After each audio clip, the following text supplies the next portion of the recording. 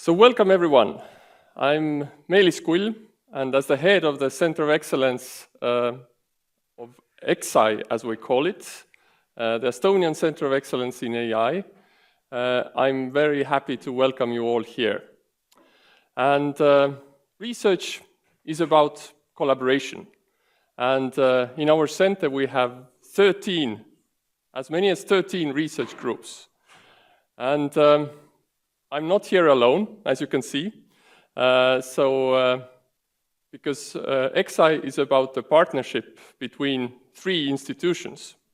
So I'm here with Professor Tanel Tammet, Tallinn University of Technology, and Liina Kamm, Dr. Liina Kamm, who is from Cybernetica.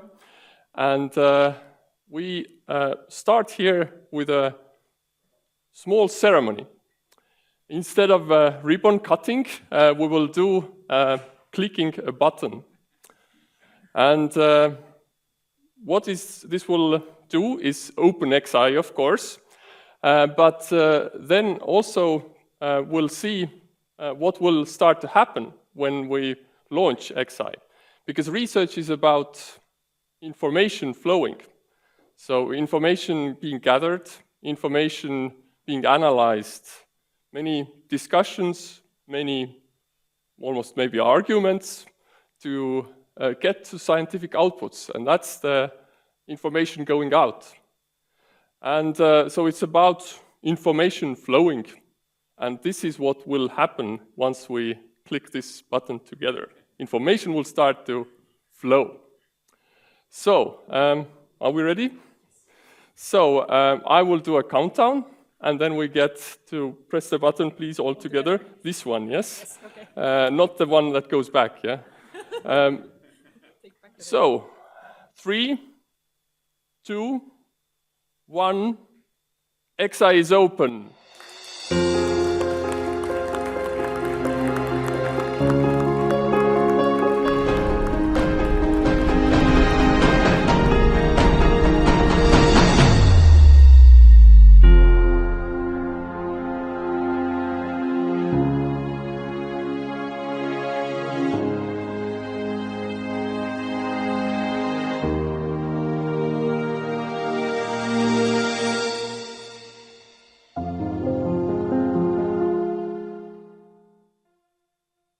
Thank you.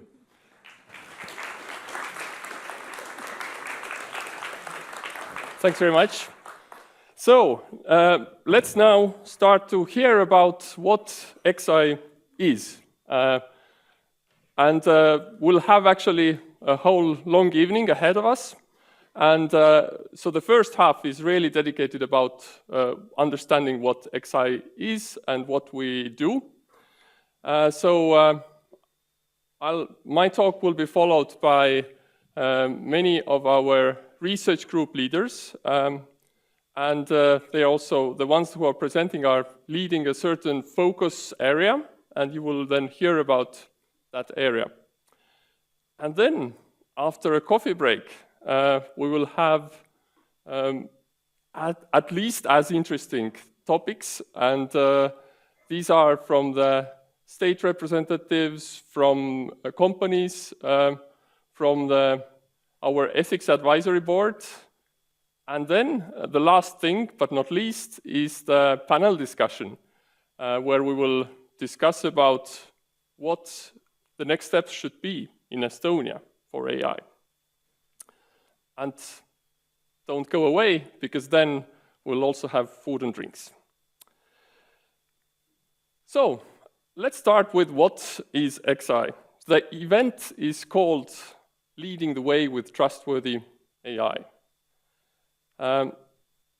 So what does it mean? So I think it means two things, really. I mean, one is how to make AI trustworthy. So we have scientists who work on foundations of AI and really are working towards that goal, making methods that make AI more trustworthy. But then, as importantly, it's about applying AI. And it's about how to use AI so that society would also win from this. All of us would win, because there are definitely ways to use AI in a wrong way, which we don't want to do. AI is a very, very powerful technology, and it really must be handled with great care. So you were hearing some music during this coffee break, or welcome coffee, and maybe you didn't notice, but this was all AI generated. And you didn't notice because it just sounded realistic. So it was just a few hours of work to do the prompts by me, and then, well, first of all, generating the lyrics, then doing generation of music. Then I was picking from that, and then Brita helped to put this all together. And of course, all these models were trained from human data. All of humankind had contributed to the training processes of these models. So very importantly, we really need to be thankful to all of the great and gifted minds of all history as well as now, who really deserve the credit. So actually we are also in contact with the Estonian Authors Society to discuss how the future should be and what's coming up. Now, we are not focusing on music, particularly at the moment at least, in the center. One of the main focuses is about foundation models. And what are foundation models? These are kind of the core engine of the current modern AI. Artificial neural networks that are kind of make up a huge model. And it's called foundation model because it has many general capabilities, but then it's possible to build on it as a foundation, for a building is an important thing that really makes it possible to build something. And so foundation models are trained on huge amounts of data. Maybe 1/3 of the internet is what people have said about training of models like GPT-4 by OpenAI. And of course, they build foundation models. What can we do? I mean, we don't have these resources to build such a model, because then they come and build a bigger model. So what could be done by researchers here in Estonia, or even more broadly, academic research at all? What can we do? And one thing that is really important is then to extend the knowledge of these foundation models. For example, although OpenAI models know quite well the Estonian language, they really don't know it well enough. And they don't know well enough what the Estonian way of living, culture, state, how these work. So we need to put the effort in to make sure that AI will support Estonian way of living as well, and all the culture. So it's about extending knowledge, and there are multiple ways. So one thing is like just adding as information as in a database, and then we maybe build some kind of a bigger system that includes the foundation model, but then has some other more classical software pieces in the system. And then we want to make the system so that it is overall a trustworthy system. Also, it's possible to start from an open foundation models, and these already exist, because the one GPT-4o that I used for generating the lyrics of that music piece, this is a closed one. We can't access it other than just calling it and getting the outputs. But open foundation models is something that we can play around with. We can train it for Estonian purposes, for example. And so it can be specialized. For example, maybe we want to make sure that the model knows very well what the Estonian laws are like, or what the healthcare system is like, or any other field or domain that we need the AI for. So who are we? We are 13 research groups, as I said, and many of them, these research group leads you see also in the room. There are probably many more, there are surely many more people here who are in those research groups. And so you will hear from several of those also in the following talks. But I saw kind of one gap there in the slide where kind of empty place. So I thought really we should consider AI as a 14th group. Because AI is kind of an accelerator of research at the same time. There are so many ways that AI can help us do research about AI. And that's something that we will definitely explore as we go. We are also getting help from quite a lot of people, and I'm now listing Scientific Advisory Board and Ethics Advisory Board. So who are mostly international, and we also have in here one Scientific Advisory Board member, Marek Rei, and then we have Margit Sutrop from the Ethics Advisory Board here as well today. And then we have an Executive Board of EXAI helping to make decisions internally. And Saili Peti is an administrative manager helping us with our work. Now, what are the domains that we study? AI is a huge field, and we can't do everything. So what can we do? This is the selection of particular focus areas that we're starting with. We are open to reconsidering and opening up new directions, but these are the ones at the start. And so on the left, you have foundations, which are really about how to make trustworthy AI. And there are several components to it.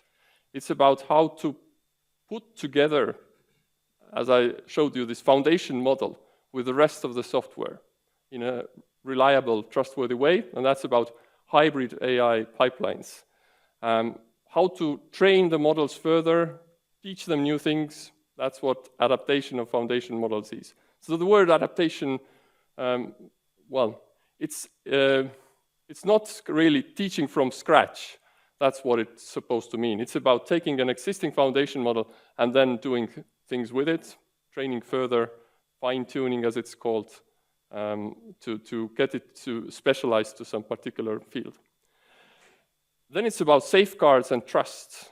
For example, my own work is about uncertainty quantification, models that know what they know and know that what they don't know, and are able to kind of quantify their confidence, and not only give a prediction, but also say how confident one can be there in that prediction. And then it's about privacy and security in AI. And that's something that you will hear a bit more soon in one of the following talks. And then moving on to the right, we have applications of AI. So a list of fields. Why these? There are many more where AI could help. AI could help almost anywhere. But in particular those, because we already have in Estonia research groups that work on these domains and also already have experience in working in AI. But of course, there are many more fields. We just can't fit all into the center at the moment. And when we work on these foundations and applications, we always pay attention to collaboration so that people who are from foundations work together with people from applications. Now you might ask, what's our concrete plan? Because this was very generic, and those of you who have written grant proposals know that you need to put more meat to it, yeah? But of course in AI this is not really doable. We don't know what is going to happen in 5 years, even in 3 years probably. I mean, we can guess, but still. So what the plan is really about how to make these concrete plans, because that's what we need to be good at. We need to be good at finding ways, as we do research, find new possibilities, opportunities to do research that really has potential for breakthroughs. That's something that we call RBOs, research breakthrough objectives. And these are our concrete plans. So for these, we have already quite a few planned. Eight are kind of in work. And we are, in each RBO, always multiple research groups participate. So it's not about one research group doing something, because that's something that they do anyways, but the center is really to bring together these research groups. And you can also contribute. So maybe you have, you're expert in your domain, and you can just tell us more about what is important in your domain and how you believe AI could help, and then we can then know better what are the important things for the society. I would like to give a big thank you to organizations and companies who gave us support letters for the application of this Center of Excellence.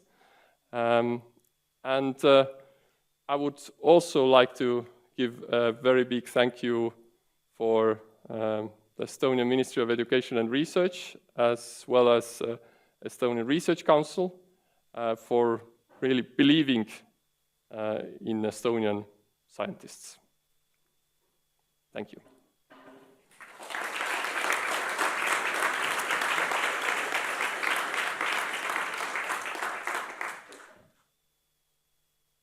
I think we could go on, unless maybe one quick question. Anyone? There is plenty of time to ask questions. So I think we will move on now. And the next speaker is Rain Ottis, and he's from Tallinn University of Technology. He's leading our focus domain on AI for cybersecurity. The floor is yours. Thanks. All right. Thank you. Ooh, buttons. Cybersecurity people like buttons. Why? We'll find out in a minute. So as they are digging through the cloud to find my slides, Meelis is here because he's really good at AI, one of the best there are, and there's going to be others following me who are also like Estonia's best in AI. I was not chosen for this. I was primarily, I think, chosen because of my name. So in English, you'll notice rain, it has a meaning. It's a good thing, right? With a bit of rain, everything starts to grow. Everything is nice and green and beautiful. Life can thrive. With too much rain, you're going to have flooding. People are raining on your parade. So I'm the guy who always has to remind people that hey, yes, we are doing great things. We're trying to solve big problems for humanity, for Estonia, for Tartu, for you specifically. But there's also another side. There's a different thing that we need to also consider. So most of my time, I'm going to talk about these, like, on one hand, on the other hand, examples. So what is AI? Is it a tool? Something wonderful that is going to usher in a new era in the human civilization where nobody really has to work anymore because the robots are doing all the work. And then we can just, I don't know, watch TikTok all day. That's kind of here, right? Or are there actually some problems that we also have to be wary of? Perhaps try to foresee, perhaps try to design AI as we build it to be a bit more robust against malicious intent, against accidents, against what has happened to AI when the server room gets flooded. Well, we'll have to test, I think. So I'm going to use this tool. So how many of you have ever seen this tool? Okay. can probably name this tool, maybe in multiple languages. Few of you, I mean, most of you are IT people, but there is a theoretical chance that some of you have actually held this tool at some point in your life, right? Did you go to school for it? Did you get a PhD in application of hammer? Probably not. I'll venture a guess. Do you understand what it does, how it works? Right, so you remember some basic physics, not even university physics, although if there are any mechanical engineers here, I'm sorry. But we are now going beyond mechanics. But this is something that we know what it is. We have used it. It didn't take a lot of training. We understand what the effects are. Right? We trust this technology by now. Now, it has taken perhaps, I don't know, 5,000, 6,000, 7,000 years to get to this point. Right? We started with, rock, hit, okay? Rock made thing go inside other thing, or rock made thing go broke. And now we have a very nice, solid head for the hammer, right? We have a handle, right? Leverage, so we can actually amplify the strength of our muscles. We have learned how to master this tool, so we are no longer scared of it in normal situations, right? Now, if in a dark alley somebody walks towards you with a hammer, do we feel safe? Maybe, maybe not. Maybe you have a bigger hammer. But the example again is this sort of, on the other hand, right? Yes, it is a very useful tool. We do know how it works. We trust it. You can buy it without a license. You can have it in your home, multiple even. Right? And you can solve a lot of problems with it. However, you can do bad things with it as well. There's been a period in history where a war hammer has been a thing. Right? So just the same tool for the pure application of killing people, maiming people, opening doors, opening a lot of things. So I think in terms of AI, we are a bit more advanced than just bashing things with a rock. So we have a rough idea that this is a tool, and we are now in the sense that those of you who have held a hammer will know that when you first get this privilege, everything starts looking like a nail, right? So this tool will solve all of my problems. I think this is where we are right now with AI. So large language models will solve all of our problems, right? So we're going to bang them on all kinds of all kinds of nails and screws and door handles and engines, right? Especially if it's like Soviet technology, then if you hit it with a hammer, it probably does work better. Right? It was a design instrument back then. But we still need to figure out some things the hard way, right? We will have to figure out that, okay, yes, you can insert a screw with a hammer, but it's not going to stick there very well. It's going to hurt whatever, was it wood or something? It's going to damage the material, right? It is not the best tool for that job. We will find that if you use the hammer at a wrong angle, right, you might actually bend the nail, and I'm sure many of you have done this, where you have like a bunch of bent nails that are not all the way in, but eventually you'll get one, right? And then you move on to use other tools. So we need to go through a learning process right now. to figure out, where does AI actually help, and if it does, how to properly use it, right? It's not always going to be exactly the same, AI or machine learning method to solve all of our problems. As different groups come up today, they all have somewhat different problems. They will use maybe same or similar methods, but in their own way.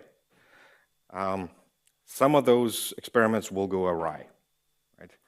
We will do our best as scientists, our hammering experiment, and we will come back and say, we have taken 7 years to figure out that this is not the way to use a hammer. Right? We can now prove it. We have experimental data that this is not the way. Now, hopefully, most groups will come back and they have also positive examples that, yes, we thought this is the way to use a hammer, and it actually worked. And we have found surprising ways that are also useful. So, for example, if you'll notice on the hammer head, there's this little fork, right? You can also extract nails with it. We didn't really necessarily think about that, but we might know it in 7 years. So, when we talk about security and AI, there's a lot of different things we could be talking about. I think in terms of the group that I lead at Taltech and the RBO that brings together the different groups and partners in this project, we probably will be in this quadrant a lot of time. So how do we use AI to solve classical cybersecurity problems? So how do we detect whether something is malware or not? Right? Because we could do code analysis and reverse engineering and all these things by hand today, but not at scale. Right? By the time you finish your analysis, other newer threats are already out there, so we need to automate this, and we're trying really hard. And perhaps the hammer will help. We don't know. Same with log analysis. Trillions of events happening every day. There's no way a human can parse all this, make sense of all this. Has to be automated. It is already automated to a great degree. So now the question is, can the hammer help? Right? Or perhaps we'll find out that in this specific application, hammer, not the best tool. We needed a screwdriver instead. Doing code review, finding bugs. A lot of software people here, I presume, right? You make bugs, now AI also makes bugs. There's a few of you who look for bugs, and I really think we need AI to help look for bugs. So somebody please get that done.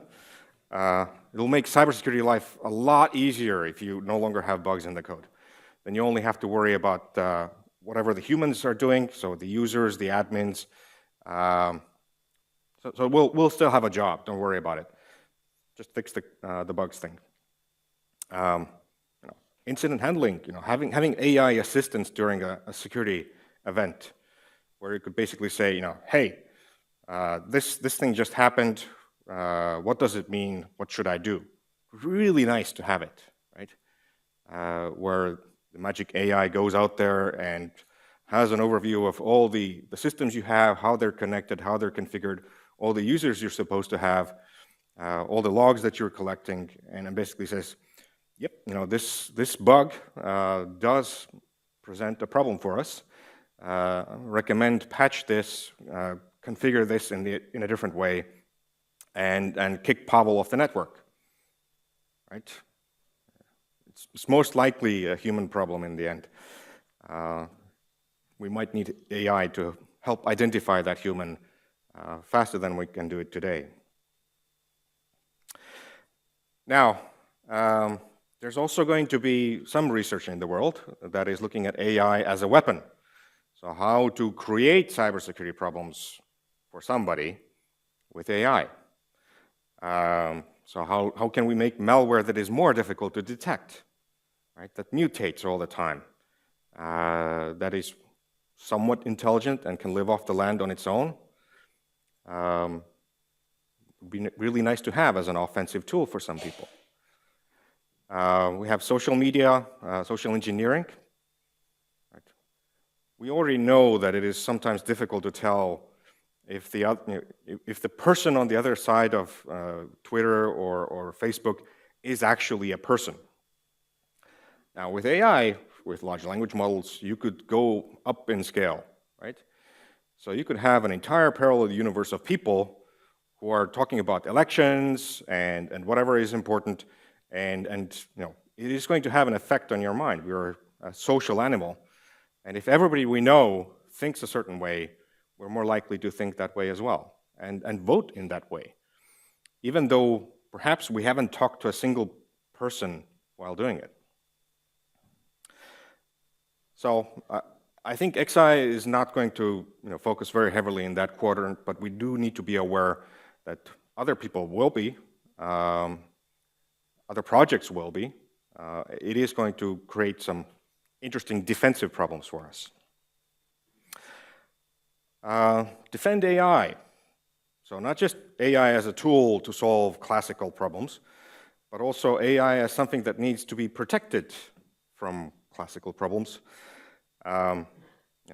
AI, still it lives in a computer, in a server room somewhere. What does happen when there's a DDoS and you no longer have access to your fancy AI assistant?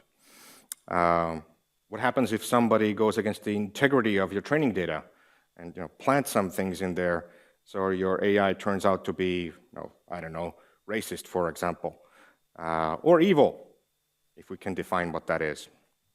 How can we make that human attacks that normally work against humans, social engineering, you get a call, hey, please help me, just download this, install that, click enter, and voila, attacker has access to your network now. Now, if you put, it says 1 minute 15.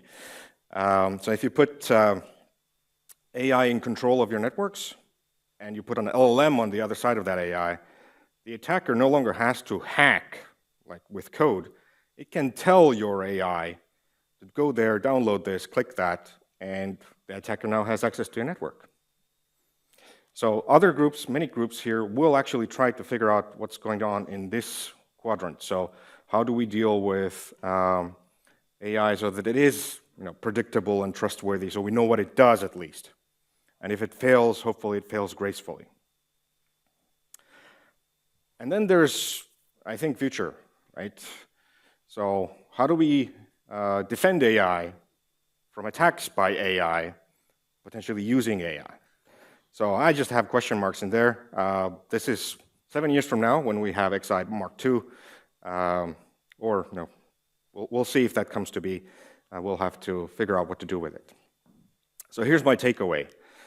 To me, EXAI really is about so how do we design this hammer, this technology, so that not only does it bang in nails, but we also trust it.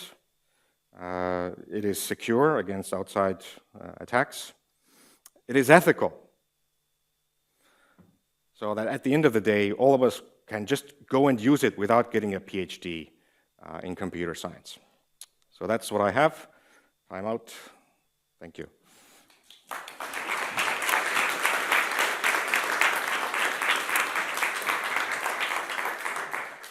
Now it's possible to ask questions, and we will have microphones running around. So please just raise your hand and you can ask.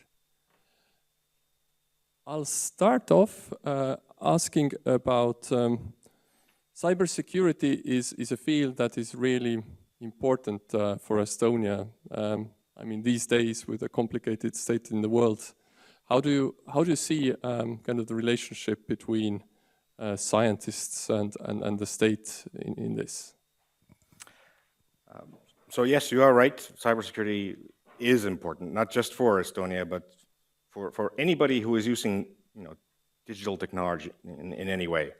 the more you use it, the smarter it is, the more of a problem it should be, whether you realize it or not.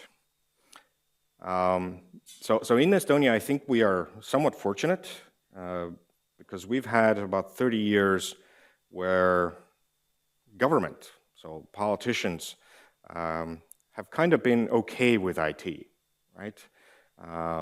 So progress has been made in here. We can debate whether it has slowed or whether it needs a new goal, for sure. But those of you who have had the pleasure of going against the bureaucracy in some other countries, who might be much richer than we are, know that we actually do wonderful things with the IT that we have here. Digital signature, things like that. So we are in a good position, right? We have recent history that shows that this connection is there. Can we ask for more funding? Sure, and we probably do. But I would not be afraid of that aspect. It's more about defining of where we need to go and what do we need. Because it would be very easy to put in all of the resources that Estonia has to solve a problem that is academically really, really interesting, but changes nobody's life. Right? So we need to also make sure that there is need. It could be government need, it could be national security, it could be internal security, if we're on this sort of security path, but also private sector. So what does the Estonian private sector need from the AI scientists, if we're more concrete? We have the bureaucrat. Do we put that on steroids, and how to make it secure? Will it save on taxes? Will it make the bureaucracy more efficient, more effective? Let's say these are, I think, some of the questions that we need to tackle. And at least historically, we do have somebody on the other side who has listened in the past. Any questions from the audience?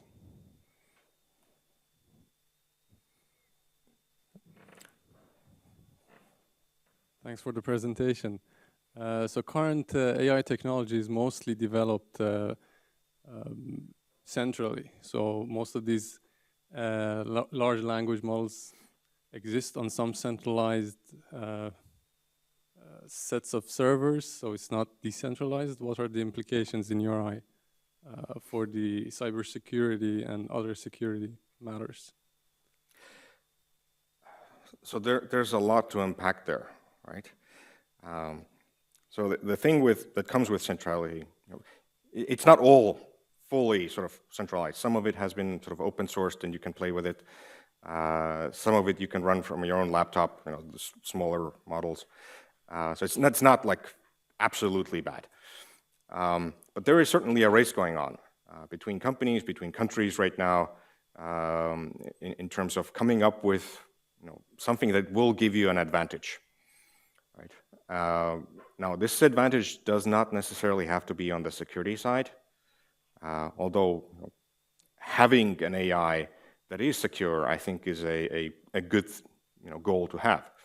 But it should also do something else, right? It should be able to solve some other problem than just having it secure, because if you just want to have it secure, then strip out all of the functionality and nobody wants to attack it in the first place. But functionality drives right now, and I think we need to have a much more serious discussion about kind of the ethical aspects of AI. So what should AI be for, what it should not be for, where do we draw the line?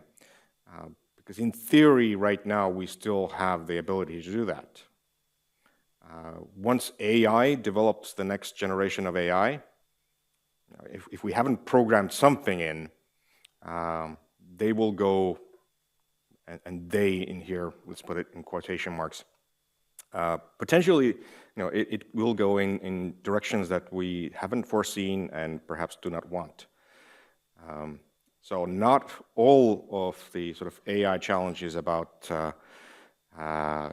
compute and chip design and algorithms, for neural networks. We also need to kind of figure out how this artificial intelligence relates to our naturally developed intelligence, and how do we make it so that it is better than us? Because I'm proof here that we are, human intelligence is capable of thinking bad thoughts, right? I have tried to make that point. So do we want AI to be able to think bad thoughts quicker, better? Maybe, maybe not. So we need to basically get other sciences in, not just the computer science, and work on this in a multidisciplinary manner. Thanks very much, Rain. Thank you.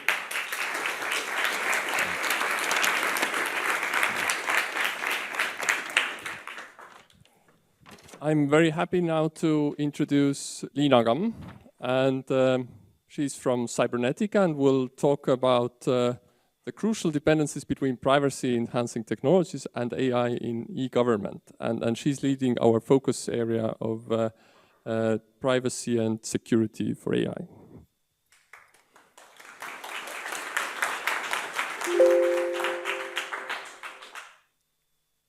Yes, what Meelis said. Yeah. Okay. As Rain already talked about, yes, no, maybe. I can just, yell across the room. Since Rain already talked about security, then I'm going to focus more on privacy, because I am first and foremost a privacy researcher in Cybernetica, and so what I wanted to talk about was that the trends, international trends in AI in the last couple of years have been moving towards faster and larger, from general purpose to specific purpose, from closed to open, and then from unregulated to regulated. And now if we look at this unregulated to regulated, then different countries around the world, including the EU, okay, which is not a country, but still we all get that, legislation, the US and China are all regulating AI use. And some of them are regulating it in a sense of actual legislation. Some of them are being a bit more, let's say, recommendatory. So they're saying that this is a recommended course of action. Please try to be very careful. But it's still a kind of regulation of what you're supposed to do with AI and what you're not supposed to do.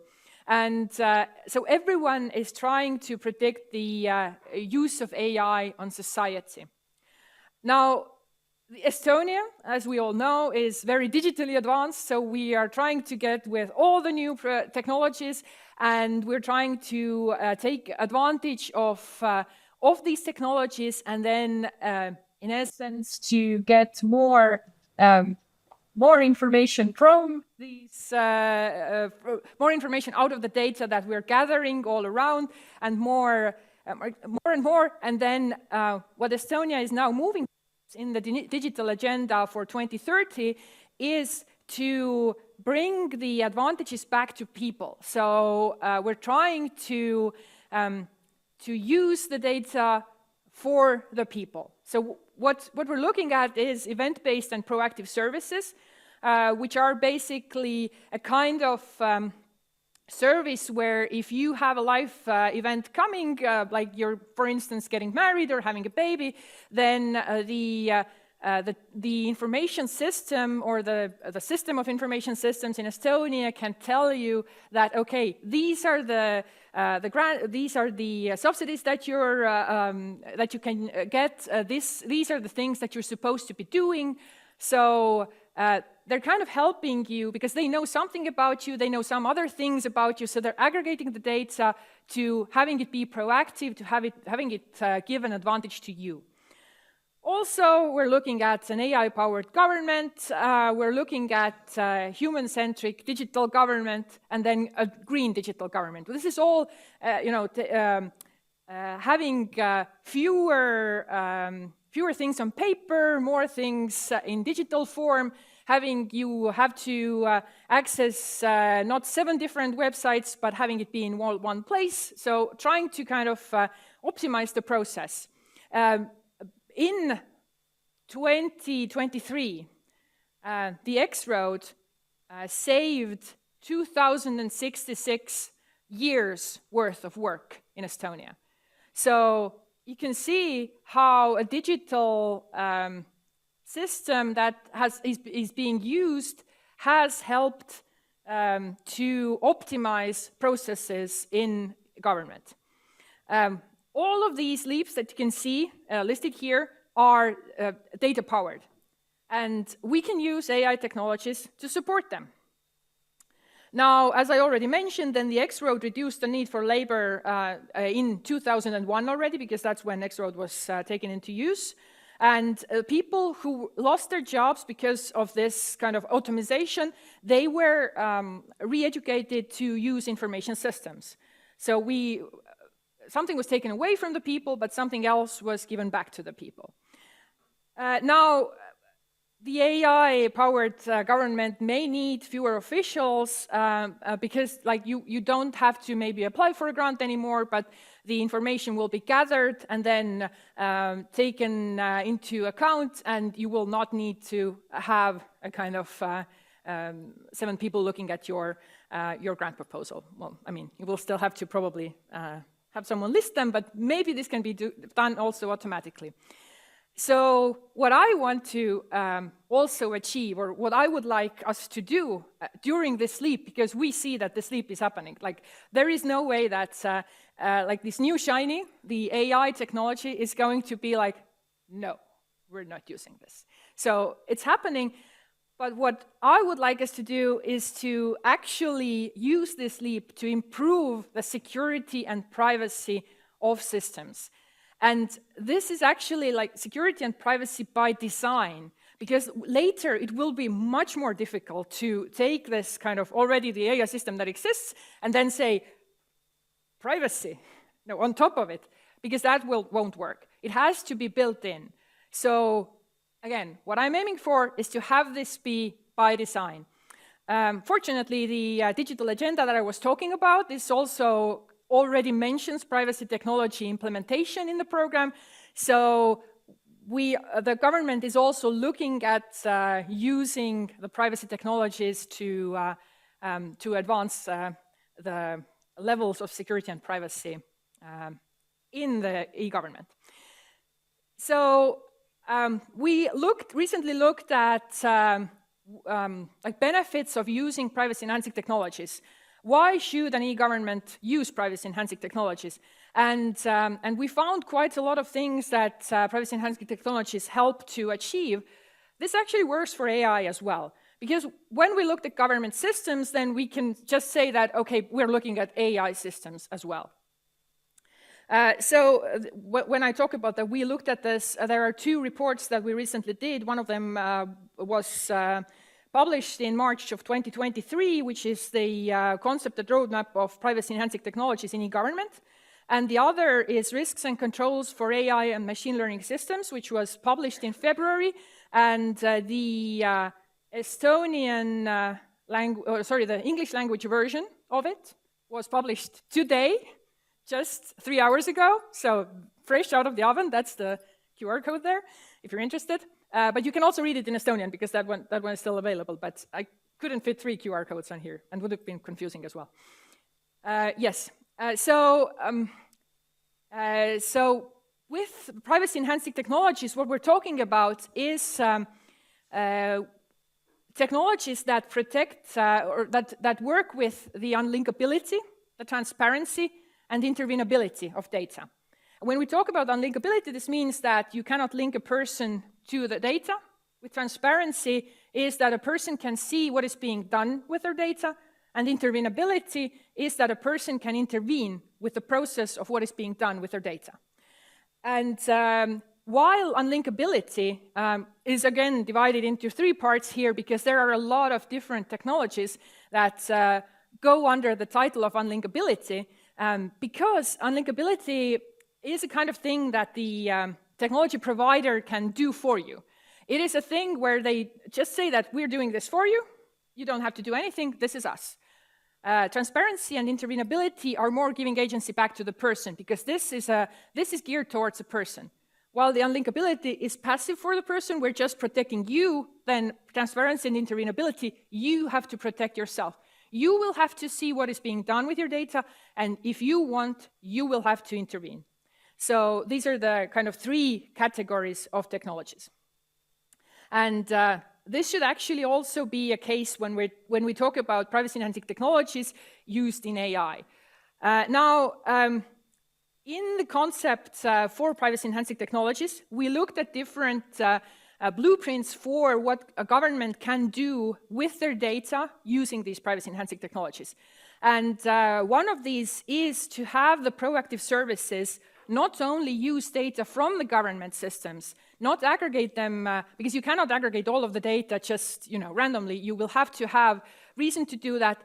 But what we could do is to use in this kind of central box that you can see where data space is written, to use both AI and privacy-enhancing technologies there, so that we can aggregate data not only from the government systems, but also from private databases. Like, for instance, if we're talking about health, then this can, with this kind of system, you can use your government health data, but also health data from your smartwatch or your smartphone or wherever you're collecting data from. So also what we're looking at is synthetic digital twins of the e-government. We want to have a kind of synthetic data set that is similar to the original data set, but is not the original data set, which can be used then for testing, because, well, you're not really allowed to test on real data, which makes total sense, because why would you? And then you can use it in hackathons or for education. It will look like real data, but it won't be real data, because we're trying to not abuse or overuse real data. So this is one of the challenges that we'll also be working with in EXAI, is that we're trying to synthesize coherent records of a person across multiple e-government databases. It's easy to, or, well, it's not easy, but it's possible to synthesize them based on one one table, or tabular data, or then maybe more complex data sets, but it's usually still one data set. It's not a big, huge relational data set, or like a whole e-government set connected by X-road, for example. In the AI risk management report that I talked about, what we're trying to do is to get different organizations deploying AI systems to deploy them in a responsible way, to go through a risk management process before actually going ahead and deploying a system in their organization. This starts from the simple things like usually you might not want to deploy it in-house. You're going to use a cloud system, but a cloud system is someone else's computer, so you will have to be careful when you're sending data to that computer, because you will have to understand that this is not within your organization. This is outside the boundaries of your organization. So you will have to consider that it's sending data outside of the borders of your organization. If the cloud is not in Europe, then you will have to even further think about whether you're actually allowed to send data, the data that you're sending, outside of Europe. So what we did is we looked at 3 different deployment models. So we generalized deployment models. We looked at 3 of them. One of them is where you outsource everything. You're just you're just a user of the system. The second of them is when you're using a model deployed somewhere else, but you're deploying it yourself. So you're in charge of the model operation, but you don't know what's inside the model, basically. And the third one is when you do everything yourself. When you're training the model, you're deploying the model, you might be using the model, or just, providing it as a service for someone else. And then these kind of 3 general models are are easier to kind of map to for an organization deploying something. So it is easier for them to go through the risk management process. They don't have to start from scratch, but you're saying that, okay, I'm in this model, and now it's easier for me to see what I have to do, what kind of risks are associated with my deployment, and what kind of controls I have to use to make everything better. Our goals for the 7 years. So we want to synthesize the digital twin for Estonian government core data sets. We want to do a first privacy-preserving proactive service in operation in Estonia. Well, it can be abroad as well, but we're at least in Estonia. Then we want to have first end-to-end encrypted AI tool chains for continuous operation in Estonia. And then we want most of the public sector organizations and industries to have done a risk assessment for an AI system. So that not just that let's use LLMs in our bureaucrat, but let's first think about what this means and then use LLMs. Thank you.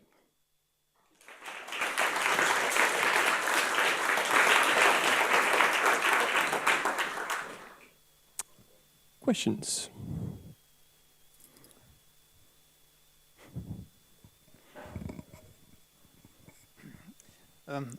Wondering, does this PII and privacy approach, not necessarily your work, but overall the community, also look at things like likeness, for example? For example, there was this big scandal recently with OpenAI and Scarlett Johansson, which you probably know about, and discussion whether it's her voice or not her voice, or is that something that this privacy and PII community also looks at? That is a very good question. It is one of the things that we also have to think about and to work towards, because legislation is not really clear on what all of these different kinds of results that the AI generates, what they are. For instance, a synthetic data set, we asked the Data Protection Inspectorate that if we generate data randomly, without any kind of AI, without training anything, but we just, randomly generate ages, weights, heights, whatever. And then we get data of a certain person, whether that is considered personal data, even if it's just randomly generated, like 10,000 monkeys on typewriters. And they said, yes, if you generate data that can be related back to an actual person, then that is considered personal data. So if you generate a voice that sounds like Scarlett Johansson, then it is her data as per what we're talking about now. With the speed that they took down the voice and with the background information, well, I mean, you can consider whether it was accidentally her voice or whether it was maybe not so accidentally her voice, but it is a thing that legislation has to work to understand, to work towards. I think it will boil down to just court cases and what the results of those court cases will be. And it is a legal study, so it is very interdisciplinary. Margit Sutrop from the Centre for Ethics. Thank you very much for your presentation. And I am wondering your last goal. Most Estonian public sector organizations and industry should have done a risk analysis in 7 years. And my question is, how far are we at the moment from this goal? How many organizations have done it, and how do you assess the awareness for such kind of risk analysis in our public sector? Thank you. So with the digital, you mean the digital twin, right? So with this kind of a copy of a data set, I think there have been a couple of organizations that have tried it, but only as a kind of toy example. So not so much based on real data. Because, and this is again coming back to the legal aspect, right now, if we talk about using different privacy-enhancing technologies on data, then this can also be considered secondary use of data. we nowadays think that pseudonymization and anonymization as privacy-enhancing technologies are okay to use there because we're using it to adhere to GDPR. Synthetic data synthesis, however, is not among those technologies yet. So we would have to either change this or add this to some kind of list of approved privacy-enhancing technologies. So it is, again, a legal question first and foremost. We're trying to work towards that. We've been studying different, the legal backgrounds and privacy-enhancing technologies. Now we want to go further into the AI parts. So this is again a legal question right now. But I think there is interest because when we did the study, we interviewed 18 government organizations, and this was one of the first things that people said, that we need data for testing information systems, and that's unfortunately how you generate data. And it will be the best if you use real data, but then could we look at synthesis as anonymization? The synthesized data has been attacked and shown that you can kind of do inference attacks based on it, but so has anonymization. So it's not, I wouldn't say that it's less safe than anonymization or less privacy preserving than anonymization, and anonymization is thought of as okay. I'm not sure whether that is okay, that it's as okay as anonymization. So it is a discussion that we will have to have at some point when we're talking about taking it from theory to actual practice in actual e-government. As you see, privacy raises many questions, but unfortunately we can only take one last question. One person from, okay. No, I'm... Very short one, okay, and then sure. maybe we can do very short another one. Thank you so much. Thank you, Liina, for the presentation. In the second slide, when you talked from close to open and from unregulated to regulated, I was hoping to see another dimension from centralized to decentralized. The old school says few entities create data or consume them. Nowadays, everyone is creating and allocating data in our wearable devices, smart vehicles, mobile phones, everywhere, like we're collecting enormous amount of data. And in the agenda that you discussed for 2030 and the goals, proactive services, end-to-end encryption, that's by implement means moving of some of the operations towards the network edge, right? To have this holistic, secure, and privacy preserving, and privacy by design that you described. So what are the goals and plans in this regard? Thank you. Yes, this is a very good question, and we are trying to also, or not only us, but the whole community is trying to move the computation to the data, because in those cases you're actually not. It's very much going with the data minimization principle of GDPR, because then you're not sharing more data than necessary. You're just you're training your model in a federated manner. You're doing it in your own organization, and you're only sending the model out. You're not sending whole batches of data out.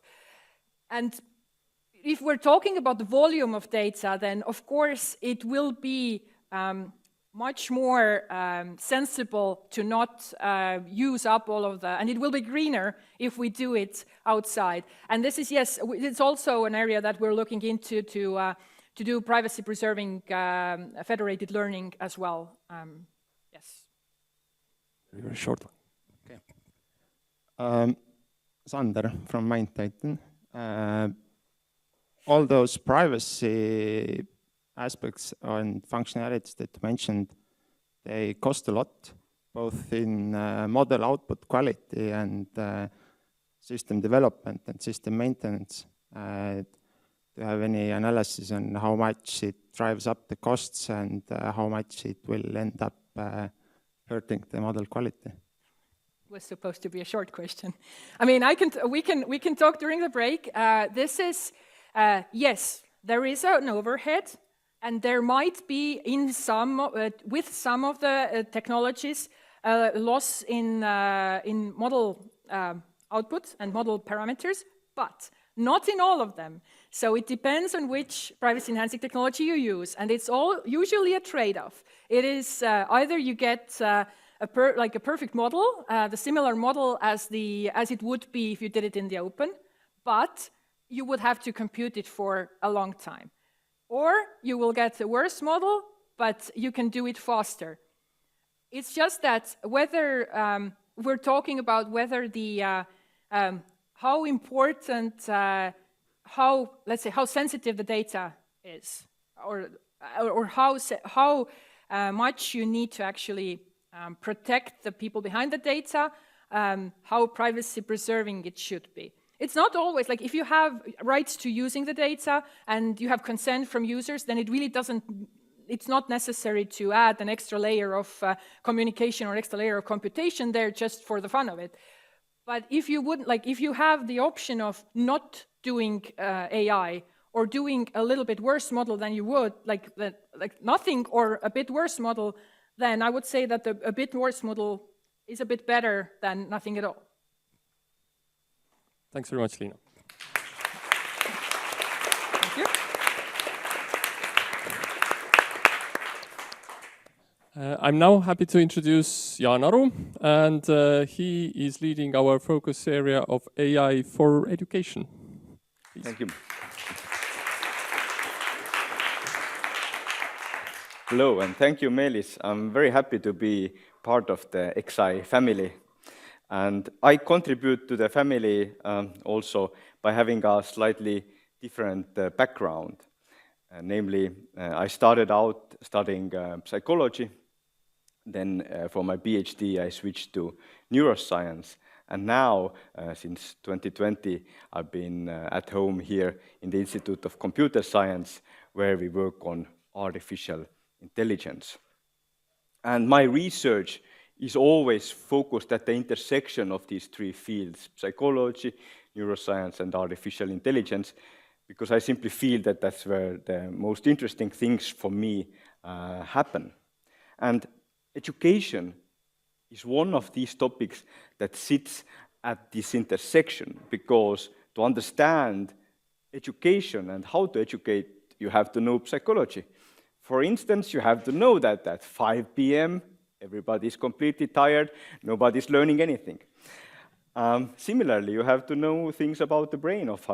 In some situations, brains can learn very fast. What are the mechanisms underlying that? And of course, in today's world, you have to know how to use AI in education. And when we talk about it, using AI in education, then we have to go back 40 years, because then this very famous 2 sigma problem was raised. And I bring the image from the original paper, so that's why it doesn't look very fancy. But the point of this 2 sigma problem is that if you look at conventional teaching here, so where the teacher to student ratio is 1 to 30, and you look at this tutorial learning where the teacher to student ratio is 1 to 1, then the effect of having a tutorial system is basically 2 standard deviations better than conventional learning. And this is a very important effect in terms of education, which in simplified terms means that for 40 years, and actually longer, we have known that the most effective way to teach something is by having these one-on-one tutorials. And for 40 years, we have been wondering how to do it, but now, of course, when I show it, then each and every one of you will think of systems like the GPT. But to even think better in the context of this talk, I would say that we should think that GPT in this context means general personal tutor. So it is really like a system that can help you with your problems, that can tutor you, and thus, based on this paper, be 2 standard deviations better than the typical learning experience. So in other words, with these tools we have already now, we could perhaps do that jump. We could perhaps make this jump into to the tutorial mode where everybody is benefiting from artificial intelligence in education. And you know, when we look what people are thinking about it, there are people who are really like enthusiastic about it. So let me bring one enthusiastic quote. Every child will have an AI tutor that is infinitely patient, infinitely compassionate, infinitely knowledgeable, infinitely helpful. The AI tutor will be by each child's side every step of their development, helping them maximize their potential with the machine version of infinite love. Poetic, nice, but is this really true? Is this what's going to happen? It's very nice to have these very optimistic people, but I think if we look at, try to take a more realistic view, then we have to understand that we have a problem here, which we could call the copy-paste temptation. And those of you who are students, perhaps also those of you who are professors or teachers, know this temptation. It is the temptation that, you know, we are always in a hurry, we always have so many things to do, and now we have the tool that we could use to simply copy-paste our responses, right? Instead of using it the way this previous very beautiful quote was saying. So the inherent difficulty is that the default way of using these tools we have is not this general personal tutor way. Or let me illustrate it to you slightly differently. For example, most of you who have kind of worked with LLMs or education know about Khanmigo, which is the large language models based support of Khan Academy. So basically, there you interact with this system, you have some kind of a task at hand, let's say maths or computer science, you don't understand something, then you ask, okay, I don't understand it, how could I solve it? And Khanmigo will not tell you the answer. Rather, it will guide you to it. So it will really work like a tutor, asking you helpful questions, making suggestions of how you could improve your thinking. Very useful, very nice, perfect. But the problem is now, let's say one of you or some of you uses Khanmigo, but then you look to the computer of your neighbor, and your neighbor uses ChatGPT. This is a real thing. I'm not making it up. I already see students taking note of this. It's also an AI system. It's also based on large language models. But its goal is not to have a tutor who would support your work, but simply to do the homework for you. And then the third person in the row will simply use ChatGPT and simply, again, give the homework given by the professor or the teacher into this system and simply copy-paste that answer. So the point is that this first person who uses Khanmigo can feel really happy and lucky that they have made this choice, but they can feel also stupid, right? Be it one way or another, the point is that there will be students who use one system, there will be also students who use other systems. We don't know what the percentages might be. Do we want to raise hands and try to test it? No, we don't. But the point is we don't know what the percentages are, but if even 50% use these tools here on this side, or 80%, then of course we're not benefiting actually from this AI revolution. We're not getting this general personal tutor.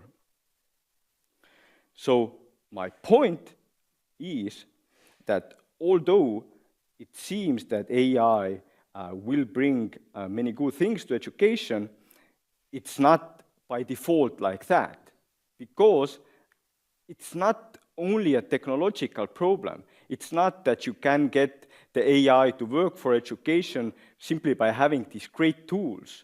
No, you need to think differently about education. And another aspect of this, that it's not a technological problem, is that if you are in the school, then you have teachers, and you actually need teachers who know how to use AI systems and who actually use AI systems. And we did an overview work with my PhD student, Kristel, and we found that, 98% of Estonian teachers, they have heard about generative AI, but at this point, only 50% have changed something in the way they teach. And actually, roughly 10% have changed the way they do homeworks, which is kind of crazy, but it shows that, perhaps this 49% shows the best that, the bottle is half full and half empty, that, it's great that 49% have done something, but why not the other 50%? So, then from this background, our mission within the EXAI is to take this kind of a holistic approach to develop new AI tools that would support learning. So on the other hand, in the 7 years, we want to develop tools that really are helpful.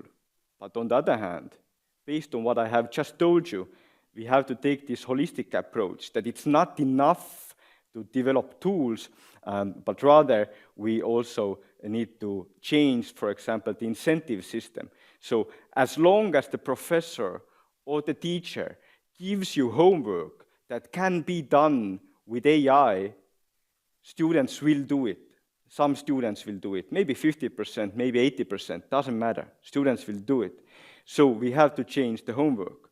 So one thing that we can actually do in Estonia is to change it. It is possible in this country like Estonia that we change how homeworks are done. And for instance, one project that I would like to do is to really have an experimental group and a control group, where in one group we have the homeworks the way they are now, but in another group, basically all grading is done in the class, and students are taught how to use AI to basically gain more knowledge so that in the class their presentation or their work would be better. And similarly, again, it's not a technological thing, but we want within EXAI to help to teach both teachers and the students of how to use AI better. So you could say that this is not something that is directly related to artificial intelligence, but my point is that we cannot get artificial intelligence to work in the society without doing these things. And one work that we're also trying to start now is to have a personal assistant, so that the students would really use AI now a bit like a tutor, so that they are planning their activities.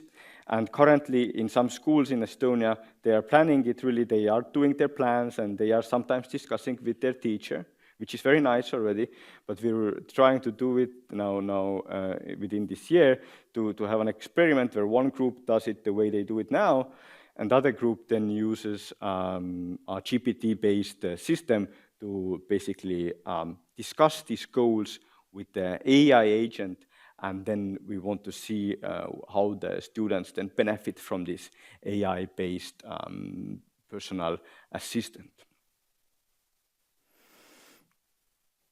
And in the end, definitely within the 7 years that we have here in the EXAI, but hopefully already in 4 or 5 years, we really want to get the Estonian education system to the level where basically every teacher knows and every student can use these large language models as a general personal tutor, because that would then really have a large impact on the society, and I think that's why EXAI is for, or am I wrong? Thank you very much.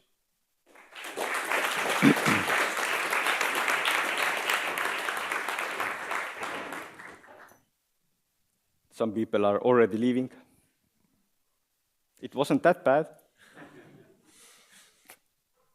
So my question is, living beside the European Union Artificial Intelligence Acts, legal and so those topics, do you think maybe one of the solutions would be to use the tutor as the one grading, actually not having exams at all, having the GPT do the grading part? Well, then we can ask, why do we need grades at all? Which is also a fair question of whether we need grades in this system. It's a larger question. Yeah, right? that's a fair point. Okay. But fundamentally, so what we don't want this system, which is already happening in some schools, where the students do their homework with AI and teachers do the grading with AI. Nobody's benefiting, everybody's happy, but we cannot go on like that as a society, right? Yeah.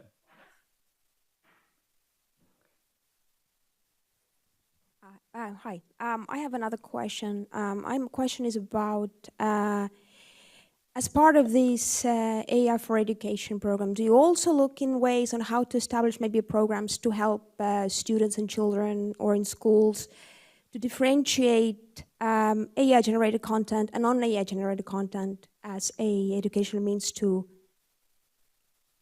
increase the AI general literacy and critical thinking? Yes, so this is one shift that is needed, and so we see in when we ask the teachers, for example, then we see that I think maybe roughly 30 to 50% of them said that they are now increasingly teaching critical thinking and also using AI to do that, which is great, but then you start thinking about how much people know about thinking, and you realize that actually we do need a targeted program of how actually to teach that aspect, as you say.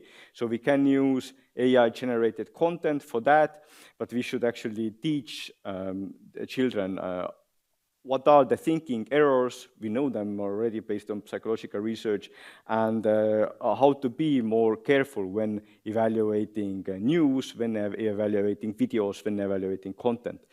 So in that sense, this is one example where it's great that this AI came, this revolution is here, because it forces us to change things. It forces us to do these things like teach critical thinking. It forces us to change homeworks and the way we learn. Yeah, me again.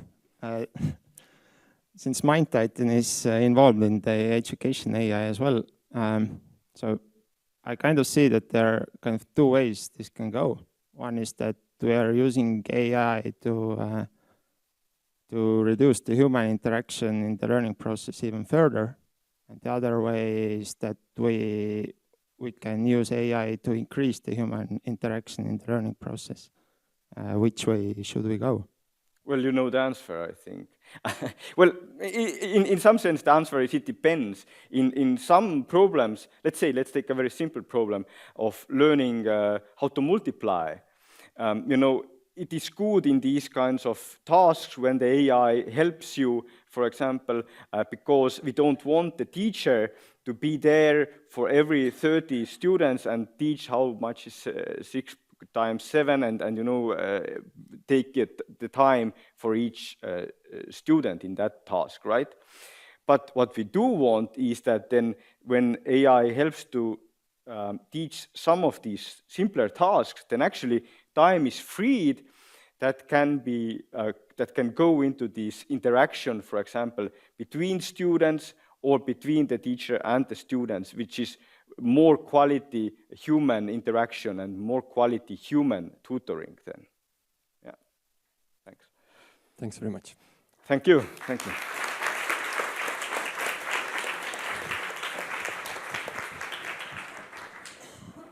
Up here we have Fišel, who's leading our focus topic of adapting foundation models.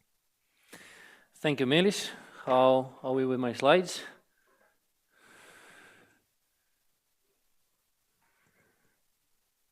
Very good. I think I have some explanations to do about the title. It seemed like a good idea at the moment. Meelis really pressed me for something. So let's see if I can explain myself. I'm heading one of the groups involved in EXAI that's working on NLP.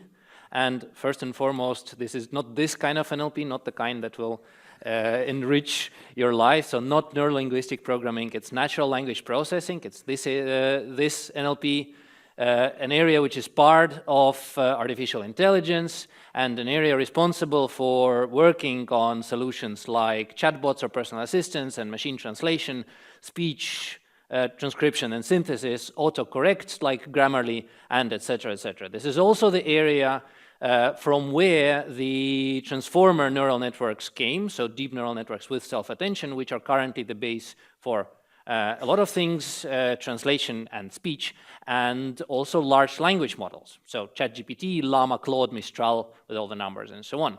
And of course, the latter, the large language models, sort of turned the area upside down, because it's yet another paradigm shift that we've seen in the last, let's say, some years. And there has been a lot of sentiment along the lines of, this is solved. Why are we still dedicating some governmental funds for NLP? We can just ask ChatGPT nicely. Say, please formulate a prompt and it will just do everything. So why still fund development of AI or NLP? And this is where I'm coming from. This is something I will try to refute. Let's look at a slightly broader context than NLP. Let's look at AI, how it was done.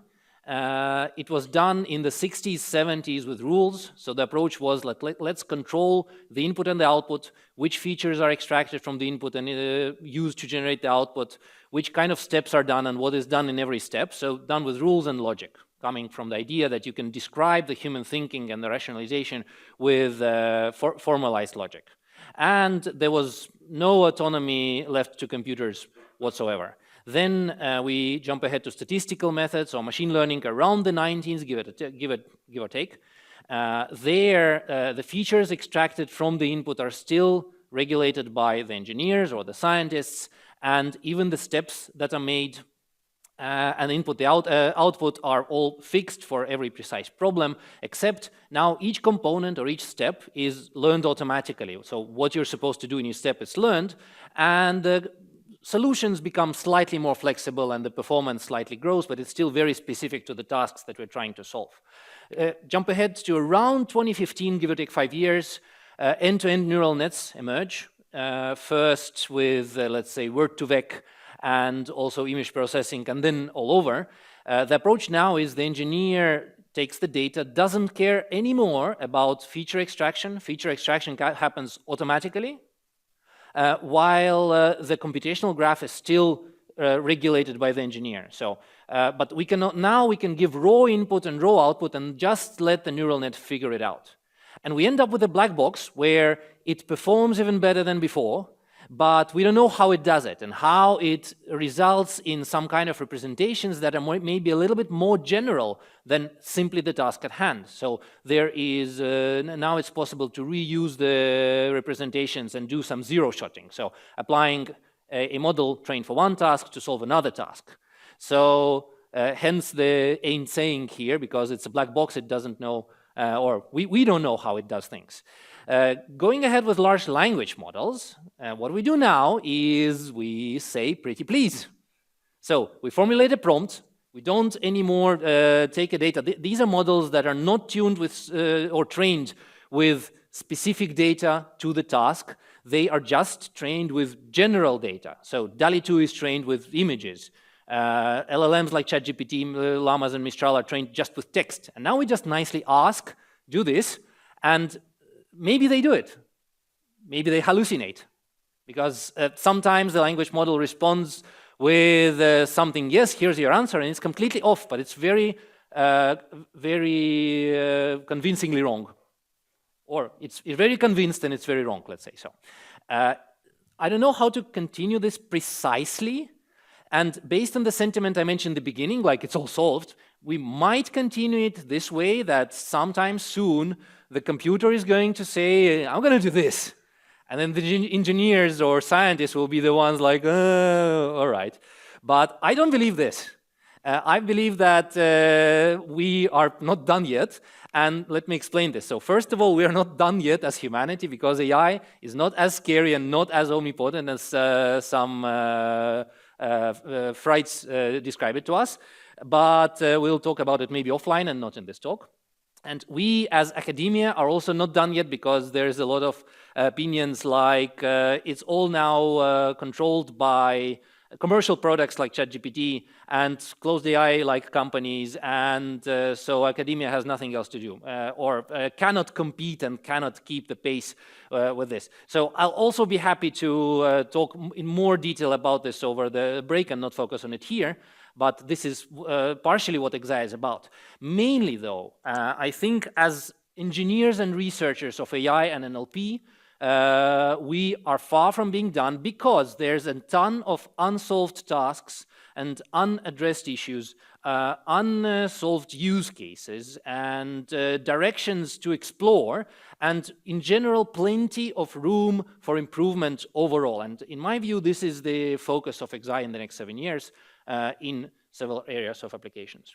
So if we look more closely at large language models, they have their pluses and they also have their downsides. So the plus that I think is most prominent is their ability to generalize. So they can attempt to solve, and they can sometimes solve tasks that they were not trained to solve. So they can generalize based on general data without having seen a particular task in that particular context. They can still try to solve it. But of course, we can never be completely sure. We need testing. So not anecdotal evidence of 2 or 3 attempts and, oh, it seems to know everything perfectly, but actually meticulously and systematically test how well it performs every task, because we have seen several examples of tasks where they are perfect, and we have seen examples of tasks where they are completely dismal and their performance, even for GPT-4, is next to random, while humans are far, far, far from that. And but this is their plus. If we have a task in practice which doesn't have much training data, then maybe GPT kind of thing, so the generative AI approach, and not just ChatGPT, but also DALL-E and the music generating thing that Meelis used in the beginning is definitely good. However, the downsides of those generative models are that they lose in efficiency, I mean computational and cost-wise. They lose in reliability because they might just hallucinate and sort of decide not to respond. And this is an open area of research. And finally, in quality. So if we do have enough annotated data for a particular task, then at the moment, the state of the art is not that you can do everything with ChatGPT or with the generative models. The state of the art is that Google Translate still uses translation-specific solutions. And speech synthesis uses things trained for speech synthesis. Lung cancer detection uses not GPT-4V, but it uses models tuned or trained to look at X-ray images or at other image data. So this is the current situation, and so this is at least to prove the point that we're not done yet with things.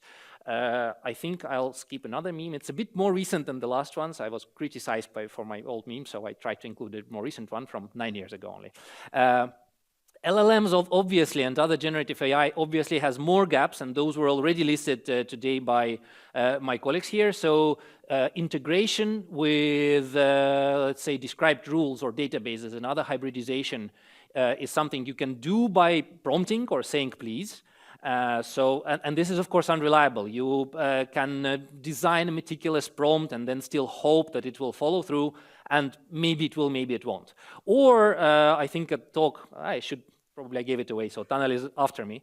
Or there is the EXAI way of working on hybridization, which Tanel will talk about. Or the making sure that it's privacy preserving and trustworthy, where the current approach is more like trust me bro, like yes, of course it will work, because why not?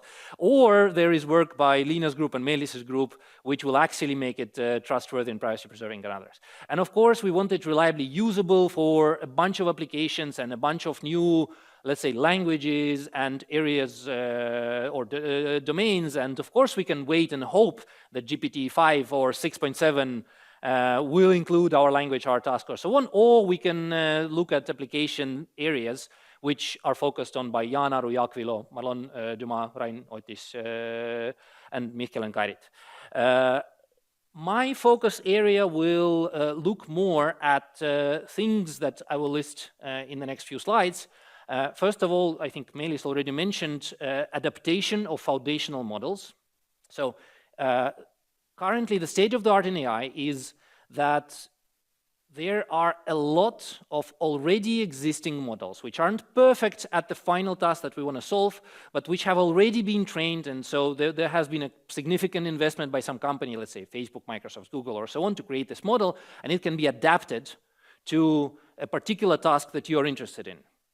The current state of this is if you fine-tune a model to a particular task, then it exhibits catastrophic forgetting, which means that it learns the new tasks and very quickly forgets everything else, which is fine for a task-specific, tailored solution. But of course, it would be more efficient to teach it a new task while retaining its ability to do other tasks. And this can also be done with nowadays technology, except very expensively. So if we continue tuning, but include also the original data that it was trained with, then it will not forget whatever it was trained with. Well, it will be retaught with this data as well as the new data, except it's really expensive. So let's say if we want to teach Estonian autocorrect to any of the large language models, we can teach it examples of corrected sentences. Here's an erroneous sentence and here's a corrected sentence, and it will forget everything else. Or we can include all of the original data that it has seen for English and maybe other languages, except how much funds will we spend on reteaching this model so that it stays general enough. We want to avoid that. And of course, this will, in practice, this will have an effect on our work on Estonian LLMs, where we have a first Estonianized version of Llama 2, which is Lammas. And there is hopefully an upcoming project by Kairit and Tanel and me, which is to develop an Estonian GPT more broadly than Lammas, and of course work on low resource or endangered languages like Estonian dialects or Finno-Ugric languages. So that we could teach those in addition to the skills already mastered by the language or already learned by the language models without hindering their ability to do the tasks they have been doing before. And what we are looking at, or which directions we are going to develop this thing in, is expanding large language models or other foundational models with new tasks, new languages, and new abilities without forgetting the already learned ones. We don't have plans. We have plans for making plans. So, I mean, this is the general direction. And so I don't have neither time nor slides for how exactly we will do it, but we'll try many ways. We're also looking definitely at the in-depth understanding what learning and tuning actually does to models, what it does to their performance or to their behavior, what it does to their weights, and what it does to their learned representations. How do they become more general or more specific? And of course, we're looking at reusing existing open models efficiently. So since there are so many models that learn something about the same world, I mean, it's the same world that they're trying to model, then why start from scratch every time we want to train a new model? Why not reuse the knowledge existing there without fixating on just following in their steps and never reaching their performance? So this is the general idea. Secondly, since EXAI is about collaboration, then we want to look at integrating together different modalities. Currently, the most successful models specialize in one modality. So there are text language models with which you can chat or which can solve text-based tasks. There are separate models and with separate requirements and different settings for speech to text, and completely different models for text to speech, and etc. Of course, there are several steps done already in the step of multimodality, but I'd say it's in its beginning phases. And in particular, speech and text multimodal models have been addressed already by Microsoft, which is very good. And so we will also focus on this will be one of the directions we focus on. This will be affecting our work on neurocognition and most likely, if successful, Tanel's work on speech-to-text. And what we're looking at is exploiting the synergy of speech recognition and speech synthesis and possibly language modeling in joint foundational models that can solve all of the tasks and maybe use the synergy to build better models and include and address low resource settings and multitasking cases better in collaboration between the two big universities focusing on this. So our overall goal in EXAI is to make AI more inclusive for low data scenarios, because current AI is very good for English, is so-so for Estonian, and doesn't exist for Võro or for Votic or for other low-resource languages. We want to let audio and text data mix together synergetically and support each other, and we want to understand better what and how AI models learn, and how to make them learn those things more efficiently and hopefully leading to higher quality of results. So, thank you very much.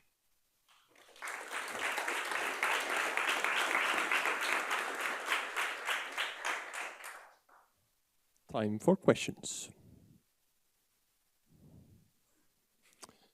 Lammas, you said, very nice name for the fine-tuned version, or well, it's really kind of fine-tuning. Seems like you do something small, but actually there was a lot of computation to train from Llama, which is the kind of international open model, and from that you trained Lammas, which is the Estonian version. Do you see that having potential to serve, for example, as the foundation model for Estonia? Definitely not, and this was a more research-oriented model. Or this was more as an effort to figure out how to do this kind of thing. Lammas is definitely, so we're not done yet, neither with Lammas, not with the next. It's more like to acquire the expertise of how this can be trained, how Estonian with its measly 4 billion tokens of text or words of text can still get a competent model, and how we can cope with it and teach things. So there was not just one model trained, there was actually like a whole row of models compared and so on, which thankfully led to a nice publication about it, and hopefully Kairit's work with Tanel and me in collaboration will make even better ones.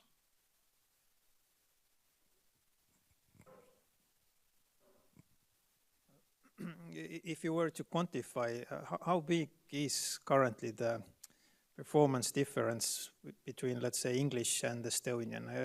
Of course, there are a lot of different tasks, and whether we talk about, you know, generating poems or text-to-speech, these are a little bit different things, but like kind of feeling-wise or overall intuition-wise, how big is the delta? Quantify the intuition. It's a very valid question. I'd say that in the beginning, let's say 1.5 years ago, it was noticeable with GPT-4 in mind and the stronger models in mind.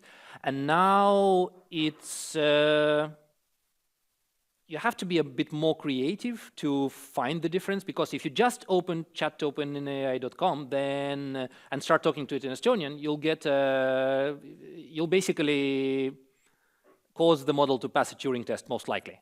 You have to think of some, let's say, rare applications, or think of ways to ask it something more particular, so that you, it's not very hard, but now you have to actually think of some rarer ways of applying it, and then you'll actually see very quickly that it's behind. That's the best I can do at quantifying it. One last question. Hi. What is the main challenges of training speech-to-speech models now? Speech-to-speech, would you mean translation, or would you mean... No, I mean processing sound instead of text. Like when you just input sound and output some speech. Right. In this translation to text. Plenty of challenges, because speech-to-speech directly doesn't have enough data. If you talk about translation, if you talk about a model that does speech-to-text and separately text-to-speech without translating it, not necessarily, then those are two very different settings. For text-to-speech, you need dozens of hours. For speech-to-text, you need hundreds or thousands. You need a completely different kinds of data. So the main bottleneck, I would say, is the data. I think with enough data, a model architecture becomes not so important. But with the limited amount of data, it's of course like how we prefer to formulate it is like, can we make a more efficient model that will not depend on the data? I don't know if I answered your question. I hope. So with the current architecture, it's mostly the bottleneck is the data. When we are under the conditions of less data, then it becomes a model, a question of formulating a better model of how to deal with this. It's just about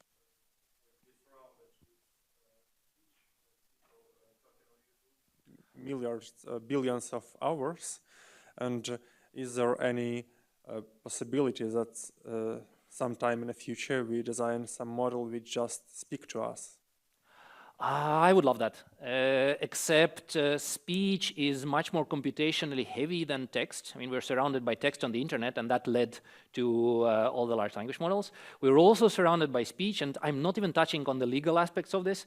If we just download all of this, I mean, it's much more computationally heavy to actually do something about it, and I mean, learn a generative model just based on everything there and to make it generalize and align everything like the text ones do. So I don't think we're there yet in terms of like computation and complexity of the models.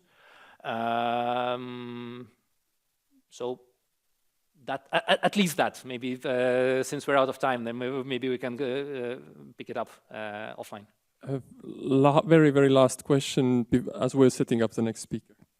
Thank you. Actually, would like to comment because we are using Neurokina, we are using also Neurotõlge, and ChatGPT trained model Turbo 3.5.5, but now we're going for the 4 Omnia, and this is assistant for the language learning, Estonian language learning, and we're happy to have you. We are using also for this speech to text, the Google Gboard. We are looking for the Tanel API API, really looking forward. But actually, this is probably what was just speaker there was asking, is not so much good for the language learning, in my point, because you would like to see what you're told. So you need to see the text. Text, you can come back to the text. It's not just the line of audio, it's linear. Text is not linear. So just keep going, please. And please, we'll use Tammet. Do it better. Okay, sounds like we should definitely talk more. Thank you, Mark. Okay.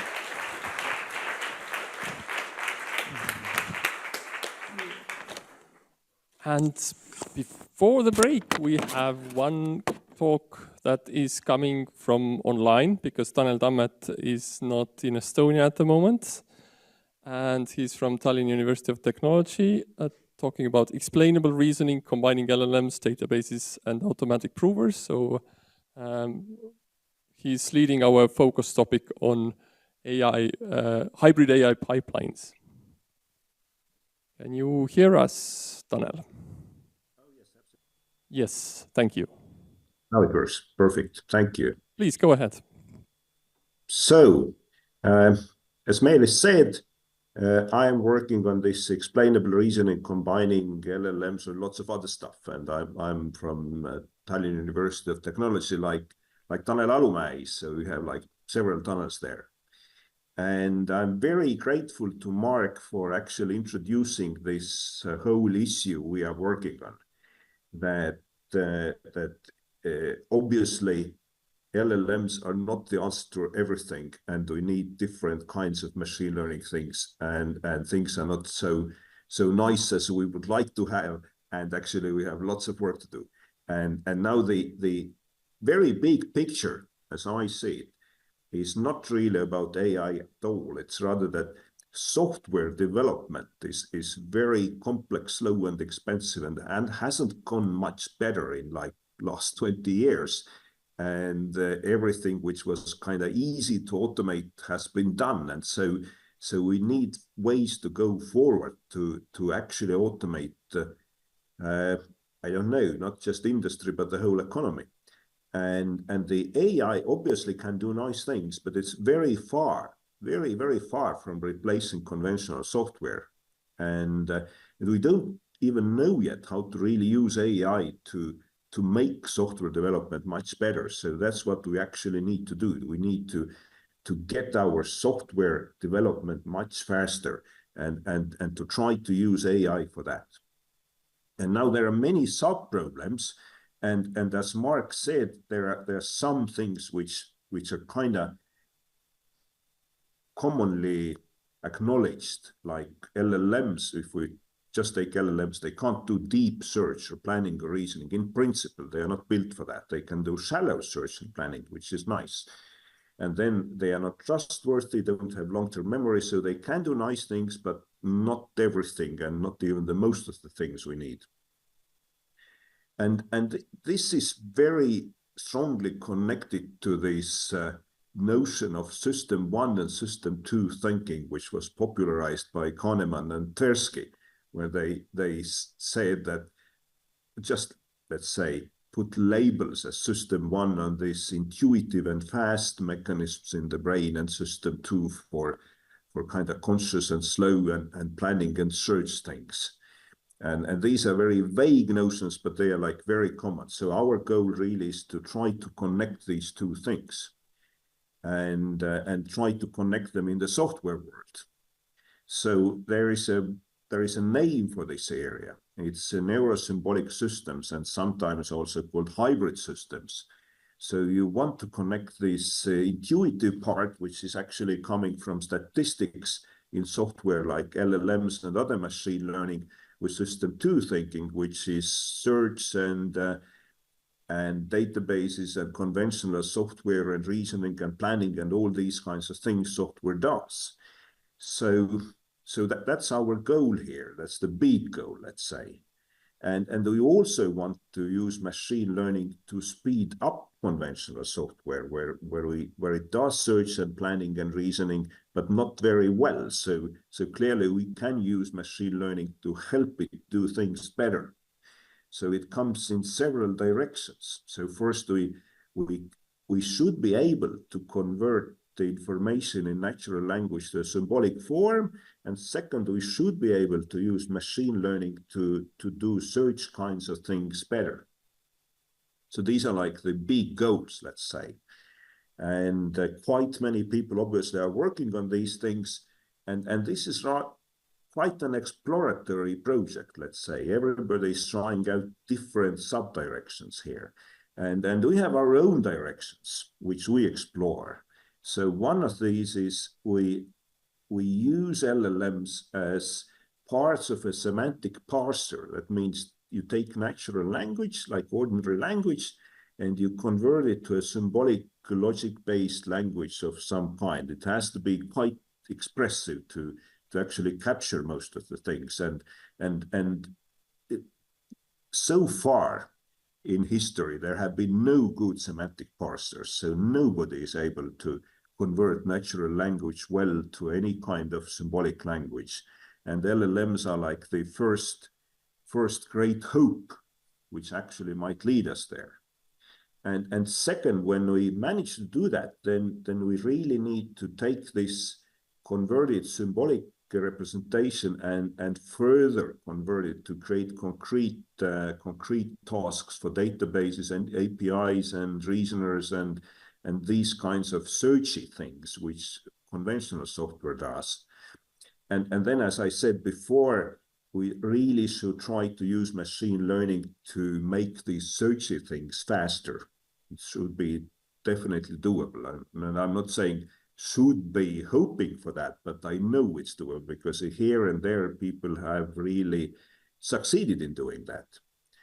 And then finally, we need sometimes to verbalize and present the answers so that they are not so technical and very hard to understand. So this is the kind of combination we are specifically working on. And then how do we do that? Then in our approach is to actually build such experimental pipelines which take real natural language input, actually solve a problem and actually present the results. And this is obviously very hard to do, but you can do it badly and then start improving it. And that's exactly our approach. So we have been building such pipelines and are incrementally improving them using LLMs and machine learning here and there. And of course, you cannot hope you kind of generally make it work very well. So we also need to find concrete application areas where we could actually move the state-of-the-art sensibly forward, and then use these actual tasks and examples and data. And so the cooperation is also important, very important here with the practical cases like we have in EXAI to actually get these real questions people have and actual data and actual problems to focus on these tasks where we could use the actual pipelines to solve the questions. And now when I come to this trustworthiness thing, then there are clearly many different facets to that. It has to be like transparent, you have to understand what it does, and kind of safe, and et cetera, et cetera. And the neurosymbolic approach is also very nice in that respect, that it automatically, or almost semi-automatically, gives us most of this trustworthiness. It cannot give us everything, but it's a very big step. Because like when you get an answer given by more conventional stuff, like a planning system or a database query or symbolic reasoner, then these answers typically come with the explanation, or at least it's relatively easy to make the explanation of them, because the data, rules, queries, searches are all explicit. And when you don't make bugs in these systems, then they are also trustworthy in case the data is trustworthy, obviously. And then we can control everything. So there are very, very nice things there. But at the same time, they themselves are notoriously hard to build. It's very hard to build user interfaces to them, et cetera, et cetera. So without the machine learning and LLMs, we are kind of stuck in this rut of software development we have been. And so we should try to get out of that. And then the summary of the approach, I would say, is we are saying that we don't want to rely on LLMs for real answers and actions. So I can't say that nobody should rely on them, but in the more critical parts, you really don't want to do that for several reasons Mark already outlined. And what we want to do is to use LLMs to give large subtasks to specialized software so that you can use the trustworthy and explainable stuff to actually solve the problems, and then use machine learning things to also help these specialized systems to work faster and better. So that's this kind of an approach we are trying to pursue in our part of the EXAI. Thank you.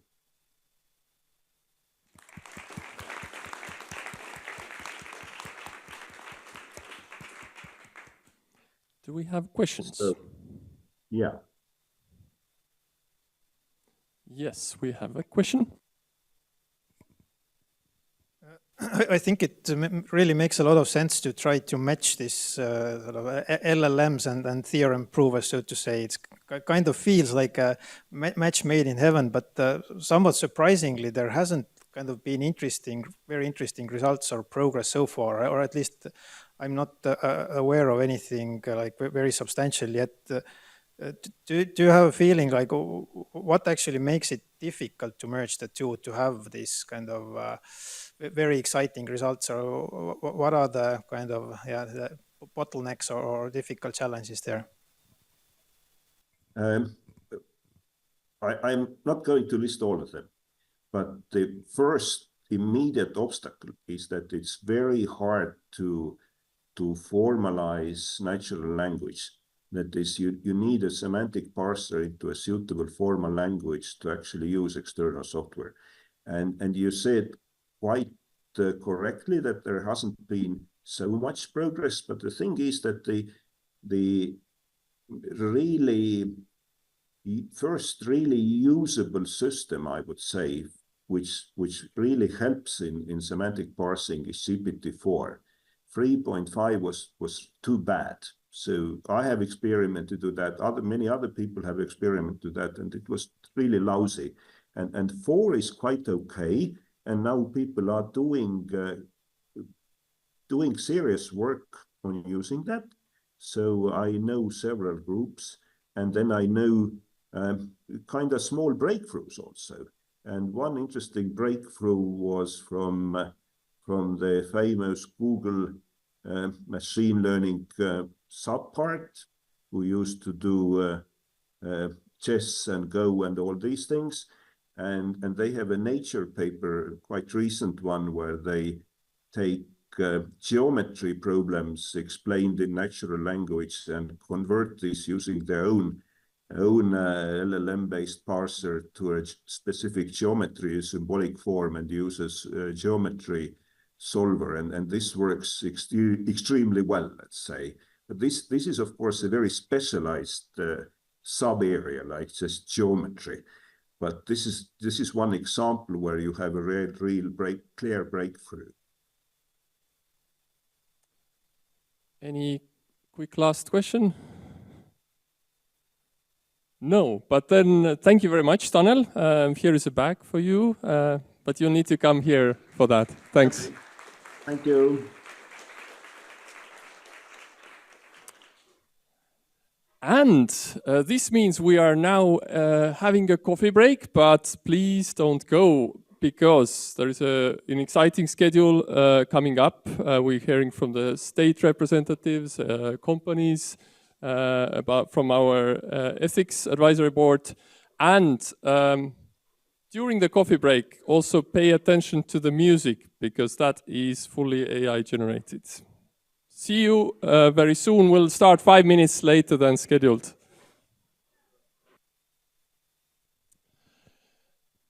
Welcome back. Here, the first half, we heard about what the researchers in EXAI are doing. I mean, unfortunately, you only heard half of it, or even less, because there are 13 research groups. You had only 6 speakers in the first part. But, so make sure to check out the exai.ee webpage to see more. And in the second half now of today's event, we will have speakers from the governmental side, the state, from the companies, and also from our ethics advisory board. And we'll start, and at the end, panel discussion, of course. We will start with the first speaker now. Please, Kristel, Kriisa. And Kristel is from Government Office of Estonia, Riigikantselei. And what she recently worked on when working with the Ministry of Economic Affairs and Communication, she was part of the white paper that was written on data and AI in Estonia. And she was particularly on the AI side leading this writing. And today she will talk about harnessing AI for good, building a smarter, more efficient Estonia. Please.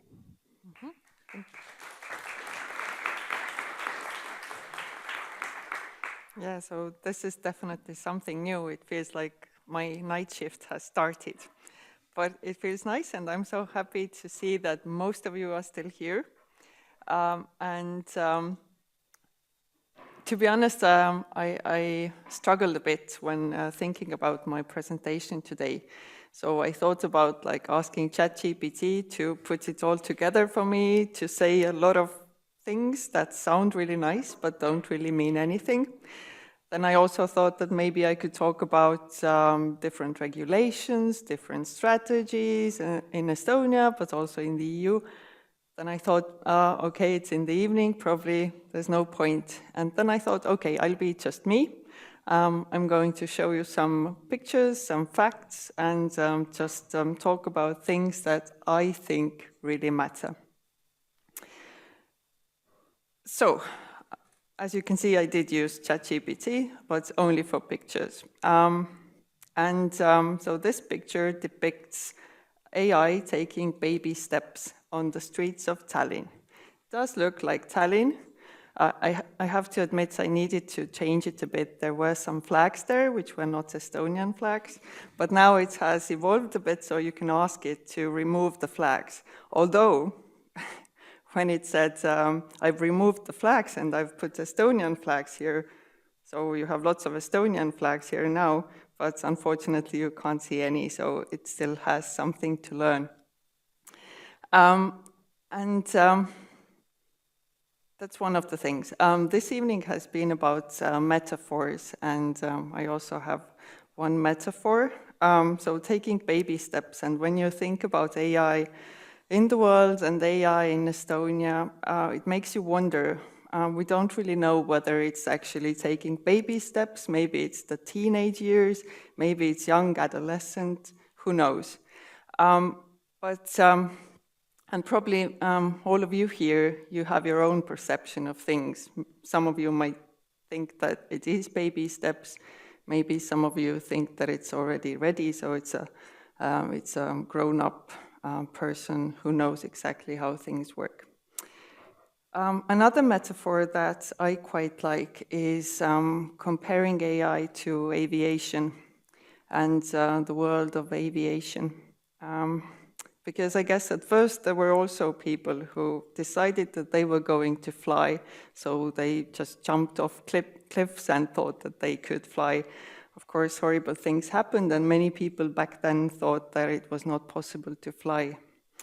Some years later, there were the Wright brothers, there were commercial airplanes, there were flights across continents.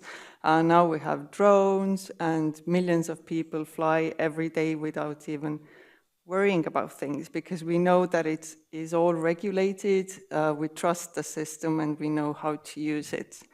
And I think it's quite similar to AI. And again, it makes me wonder if we are there, like if the AI journey we are on and the tools we use are like that, there in the picture, or maybe we are slightly further along. A few things about AI in the public sector then. It all started, we all know, we are here, we know what the story was, but it all started in the 1990s. And by now, 99% of our public services are provided digitally online. Estonians also started thinking about AI. I'm sure there were people before that, but actually thinking about the possible strategy and what needs to be done and what the potential benefits could be like 7 years ago. And then a task force was put together, and the first strategy was published in 2019. When you look at our strategies, then our strategies, it says 3.9. It means that we are on our third already. Our strategies are quite different from other strategies. They are more like action plans because, first of all, Estonia is a small country, so we have limited resources, which means we don't have enough people, we don't have enough money, and so on. So we need to somehow manage still. In other countries, again, they have time to analyze things for a long time. They have different working groups. They have a lot of money to invest and so on. So they can maybe predict the future better than we can. But here, again, Estonians are also quite practical people. So we would like to have practical goals and things we can actually measure and decide whether we've succeeded or not. The second strategy, 2022, and now the third strategy. Together with the white paper, however, there's always some politics involved, so sometimes things might be trickier than you think at first. In the public sector, we've experimented quite a lot. 130 plus AI projects. Many of you in this room have been involved in one way or another, and listening to the previous presentations, I was really proud to see all the researchers and scientists we have here in Estonia. Like, all of you were really impressive, and the things you are researching really matter. Public sector organizations involved, 60 plus, millions invested. I didn't put the number there because, as you all know, in Estonia right now, you don't talk about investments and money because we're all talking about budget cuts. Then we try to provide practical support, again, involving different experts from universities, but also from private sector companies, and made them work together to actually experiment together and learn together.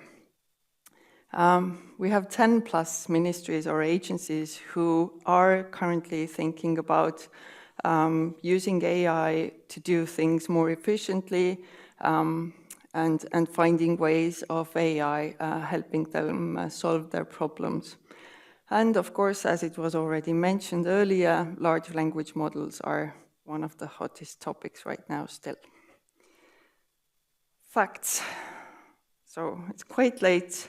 However, so I guess we'll share the slides and you can analyze the numbers a bit later. But when you look at those adoption drivers, and you look at Estonia, then there's this one survey that was done.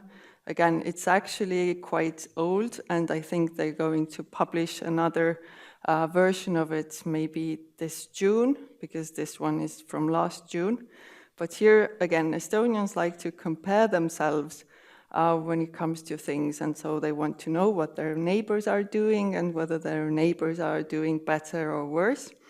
So Estonians, for example, compared to Denmark, we're doing quite well when it comes to operating environments and when we try to analyze our AI capacity. Government strategy, Finns, Estonians, more or less there, not as good as Saudi Arabia, but still infrastructure, again, not too bad. Luxembourg, Estonia, America is much, much better again because of all the resources they have. But then there are things like talent. Obviously, Estonia is a teeny tiny country. You can't have that many talented people, obviously. Commercial, actually, when it comes to Nordics, we are doing the best. We are the best. Research, Finns are better than Estonians. Development, Ireland, for example, is better. A few words about this new action plan then, AI action plan. And earlier someone used the term AI-powered Estonia. We often use AI-empowered Estonia. So AI-powered maybe is more about AI and all the tools you use. AI-empowered Estonia is more about the people, how you can actually make the people work better and the people be more efficient and smarter by using all those tools. Some of the things, I can't go into it all, but we are still focusing on the public sector, also the private sector.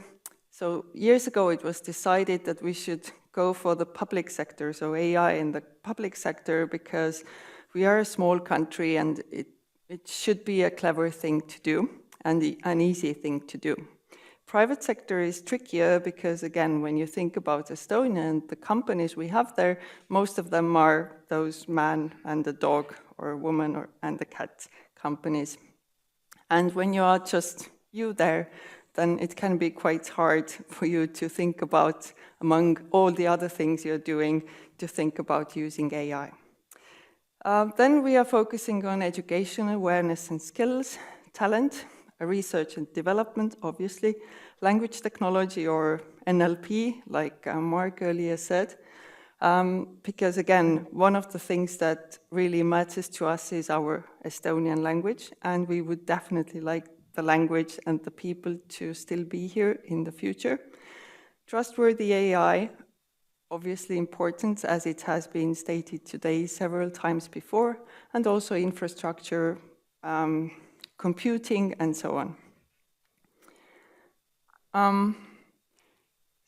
One other thing.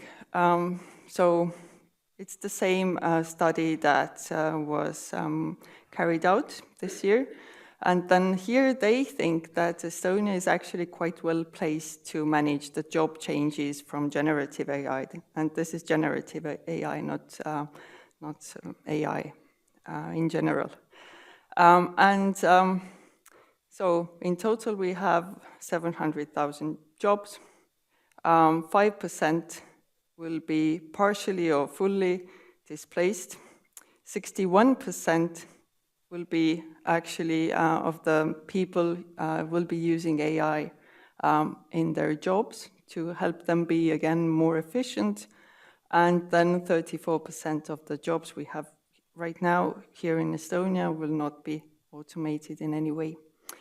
And also, it's not going to happen tomorrow or within the next, 2 years. It's going to happen gradually, so there will be time to actually adapt to all the new tasks and all the new changes.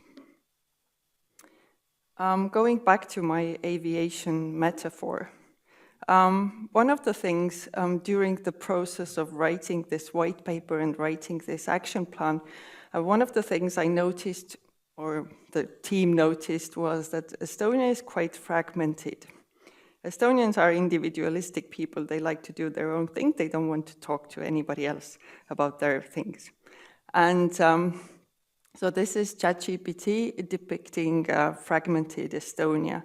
So maybe there's academia there, there's the government there, there's private sector companies there, there's just normal, ordinary people there. Everyone's doing their own thing. Everyone has their own goals, obviously. Academians, they think about their things. When it comes to government, they think about their things, like money and budget right now, but they also think about politics. Then there are private sector companies who might be worried about compliance costs and how much they would have to charge when providing their services and so on. So everyone has their own problems and their own goals and their own worries. But I think that we should actually come together and work together, because the thing that actually matters is our Estonia, our teeny tiny Estonia with not that many people who speak this weird language. And in order to actually make the most of AI, we should work together, share best experiences, also share our failures, discuss what could be done better, and see things from different perspectives, because actually this is what is going to help us make the most. And so, again, I'm a horrible person when it comes to drawing. I can't draw at all, so I had to use ChatGPT here. And again, we can see that this journey has only started. It's still making mistakes, and when it comes to like different illustrations and then writing words, it's not very good. So it should be academia, it should be government, society, and industry, I think. So it's all here. It should be 4, but in a way it's like 3, but maybe the civil society is there at the very bottom, like under everything, because we do it all for our people. So this is our journey, and let's do it together. Thank you.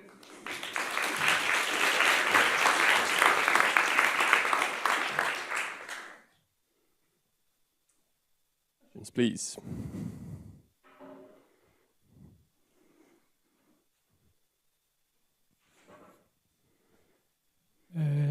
When you mentioned AI in education, as part of the strategy, is it more about using AI as a tool in education to make it more efficient, or is it more about teaching AI as a so that people coming into life know how to handle it, hopefully? It's actually about both. So it's about people actually knowing how to use AI, and what AI can do and what the problems might be, but it also means using AI in schools, universities, upskilling, reskilling. So it's quite broad.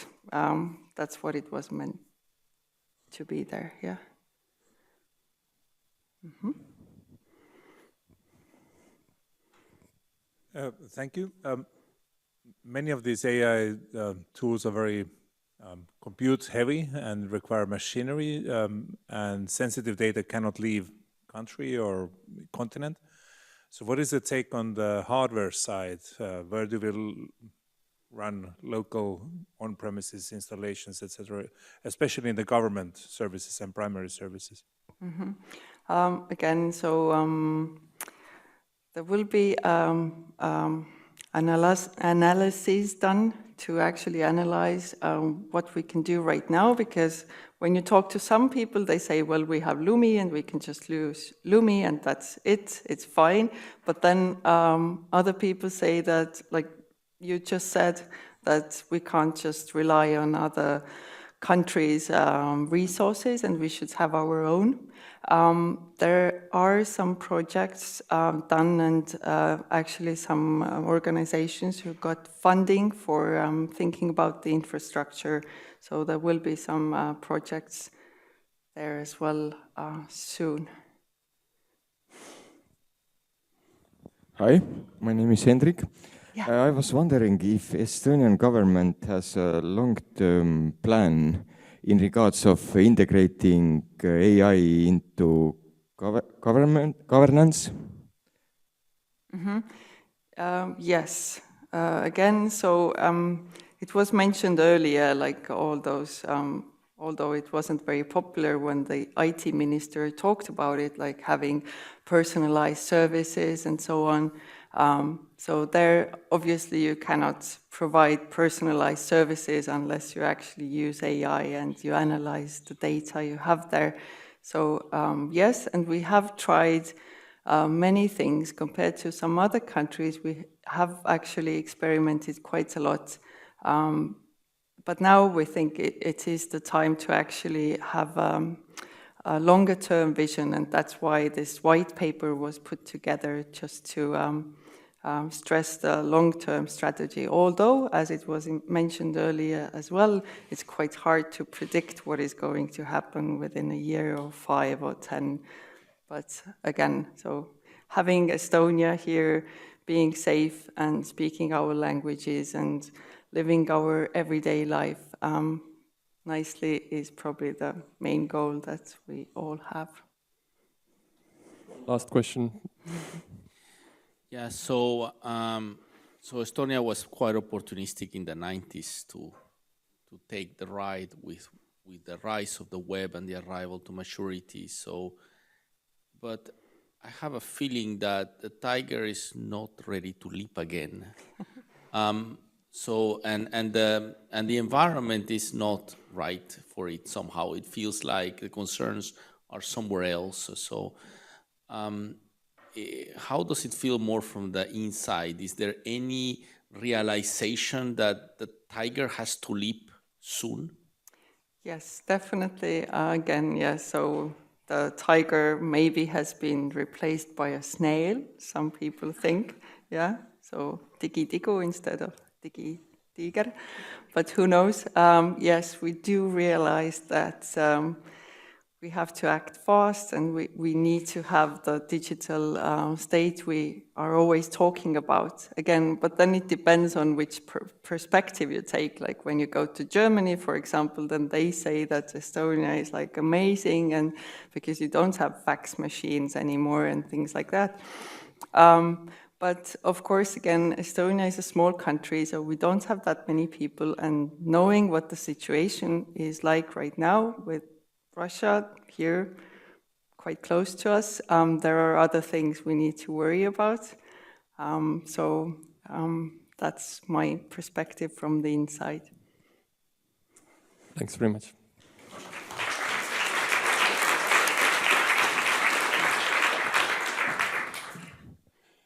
Now I'm happy to introduce Henrik Trasberg, and he's from the Estonian Ministry of Justice. He will talk about the use of AI in the judicial system. But his background is also that he was part of the process of how AI Act came to exist, and so he was from Estonian side, part of the team, kind of participating in the negotiations in Europe. So please, Henrik.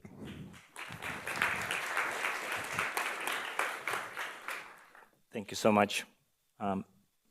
So indeed, I work at the Ministry of Justice. I work on the regulation of AI and new technologies, but also on the kind of the policy aspects on what do we do on top of regulation, what's kind of the application or practical layer, like what kind of policies we can actually implement to ensure that the technology would indeed be human-centric, trustworthy, and compliant with fundamental rights, etc. So together with Kristel, for example, one of the main ways that we are trying to kind of show these policies was also through this AI white paper that has been discussed, where this kind of trustworthy AI policies were set out from the government perspective. But indeed, I also presumed I would be coming here and actually talking about AI regulation. Meelis said, no need, regulation is clear. So instead, today I will talk about the use of AI in the justice system.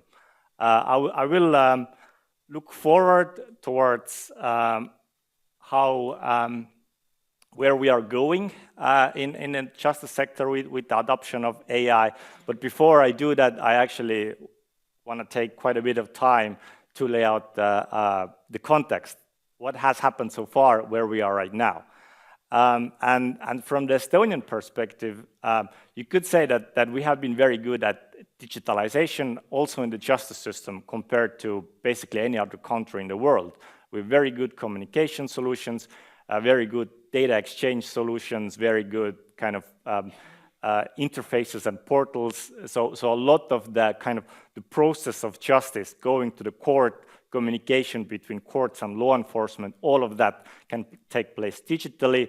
All the files in the court are usually digitally, etc. And like using video conferencing technologies and all of that, we've been very good in this part.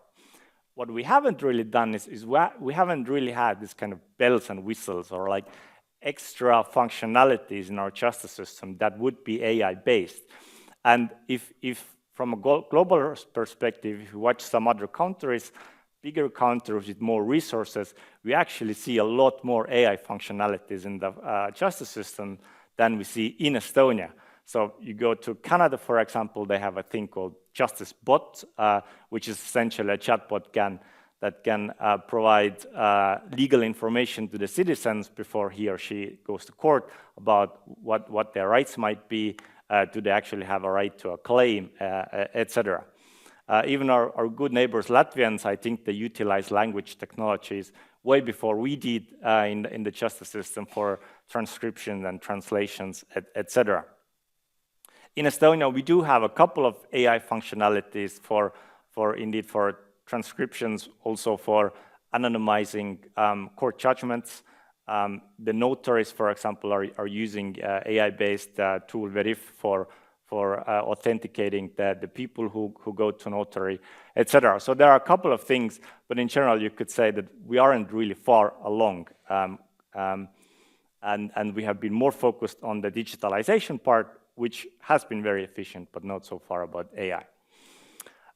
So before I watch into the future, one further element of context is about the previous wave of AI, which is sometimes referred to as the expert systems. So actually, already since 1950s, there have been discussions of like, could we automate law? That's the holy grail of this domain. Like, can we use computational approaches, quantitative or otherwise, to actually solve law? And in the 1950s and 60s, it was more of like a theoretical discussion. But then at some point, and most of it remained in 1980s, that the legal expert systems came along. And the idea was that because law is kind of, it's well structured, it's logic-based, it's hierarchical, it's always written out, you always have the data. So the idea was that maybe law is perfect for being automated through expert systems. And a lot of resources were actually put into that to build these huge decision trees that basically would be able to automate law. And they found out that it actually didn't really work, because law just wasn't very easily automated in that sense. Law is too dynamic, it's often even conflicting. There are just too many kind of moving parts in almost every single non-basic legal discussions or legal situations. So they just couldn't actually, in a very effective manner, automate law through these expert systems. And then that kind of brings us to this current wave of AI. Are we seeing something different here? And indeed, I've actually been talking quite a lot about the people in the judiciary, the judges, the people from the law enforcement, the notaries, also in public administration. How do they see this current kind of process of AI? Do they see it as something that they want to use, that they need to use? And the main finding would be that the judiciary, particularly the judges, they can't wait to utilize these current LLMs and other perhaps predictive justice systems. They're almost desperate for it. And I think, at least in the Estonian context, it's probably to do with the fact that we have a very efficient judicial system. We do solve cases quite fast, but at the same time, we have very little resources and manpower to do it. So it obviously means, as is often the case in Estonia, that people are extremely overworked. And they see these LLMs and several other AI tools as basically some kind of like a beacon of light at the end of the tunnel. That finally, I perhaps don't have to read through the 600 pages of text all the way in a proceeding. Perhaps I can use some kinds of tools. And also the Estonian courts are right now building their new kind of, or developing their new digital strategy, and it's very much focused on AI. From essentially whenever like a case comes in, how do you assign cases, how do you utilize resources, but also in terms of how do you do e-discovery using LLMs for very smart context-based analysis of court cases or other legal sources, using basically data or text analytic solutions. So you could just ask your prompt the system and ask it that, like, find me the trend over the past 5 years. How has the compensation for damages in, I don't know, intellectual property rights infringements evolved over time? So to bring this kind of transparency into the process. And there is a lot of focus on that. How to do it, how to make it happen is, a separate question. It's obviously, how do we do it? Probably have to do it somehow locally. How do we ensure privacy? What do we do with hallucinations, etc.? So these questions are there, but the intent is very strong. And then, if we were to look at what are we right now seeing in legal domain, what actually AI is capable of. For example, here is ChatGPT's GPT-4's impact assessment from last spring. One of the things in the upper text, you will see that they actually saw legal services as one of the domains that they brought out as being very kind of open for automation. And the graph below shows that the GPT-4 did US bar exam within top 10% of exam takers. that last statistics is a bit bullshit, because actually it's been tried to done again several times, and they found that actually the results are much worse. They've also found that actually exam results very badly correlate with how good the AI system would actually be in solving legal cases in real life. So we are still seeing that that these kind of general purpose models have not become too good. Even the GPT-4o, etc. They still hallucinate a lot. We have seen a lot of weird things happen. So quite many lawyers have used, particularly in US and I think in Australia, they have used ChatGPT in court, and ChatGPT just made up cases. Lawyers have fell into quite a bit of trouble because of that. But what we're also seeing is there are these kind of domain-specific LLMs that have evolved that often are use either GPT-4 or some other very kind of state-of-the-art model as their basis, but they have further tuned the system with legal material, legal sources, and services such as Harvey, Copilot, Casetext. They're actually very impressive in at least based on US law, in finding case law, in finding all relevant information, in being able to also generate legally quite valuable text. In Estonian context, we actually also have tried to fine-tune a couple of larger LLMs with Estonian case law data and to see how well we can extract information from that. So there's quite a bit of thinking in that direction in Estonia too. Then, beyond these LLMs, the other kind of important side of current developments concerns predictive justice. So we're talking about models which essentially would be used to, sorry, it's not a very good slide, but essentially we're talking about models which would be used to assess risks, for example, or assess fraud, etc. So basically use this kind of quantitative methods to make a legally relevant conclusion. So there has been this kind of shift that has sometimes referred to as the shift from reason to statistics.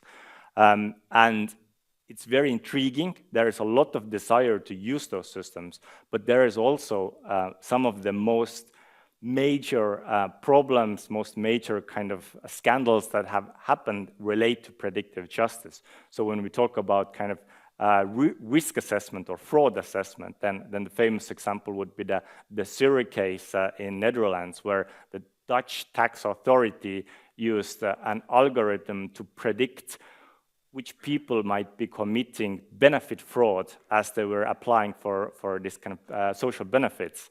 And evidently, or almost obviously, it started to discriminate against immigrants.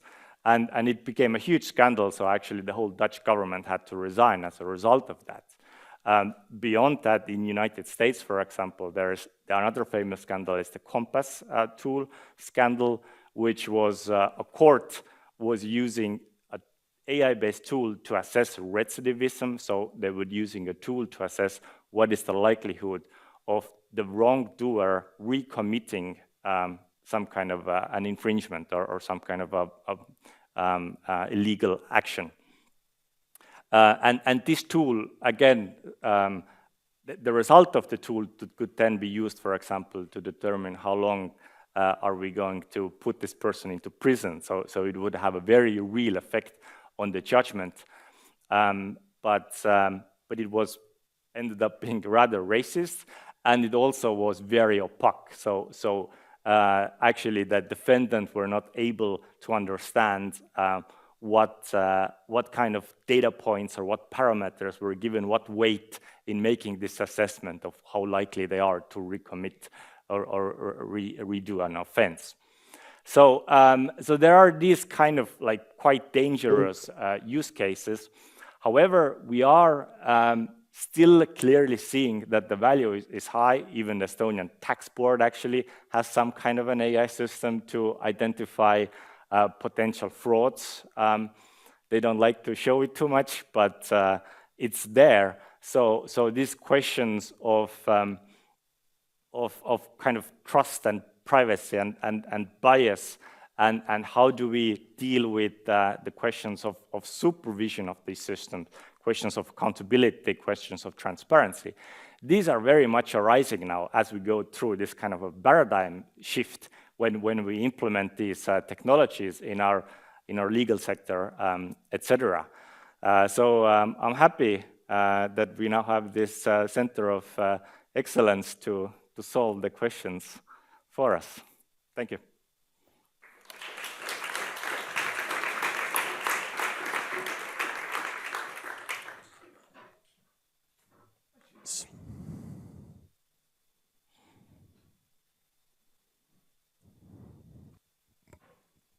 Thank you for your presentation.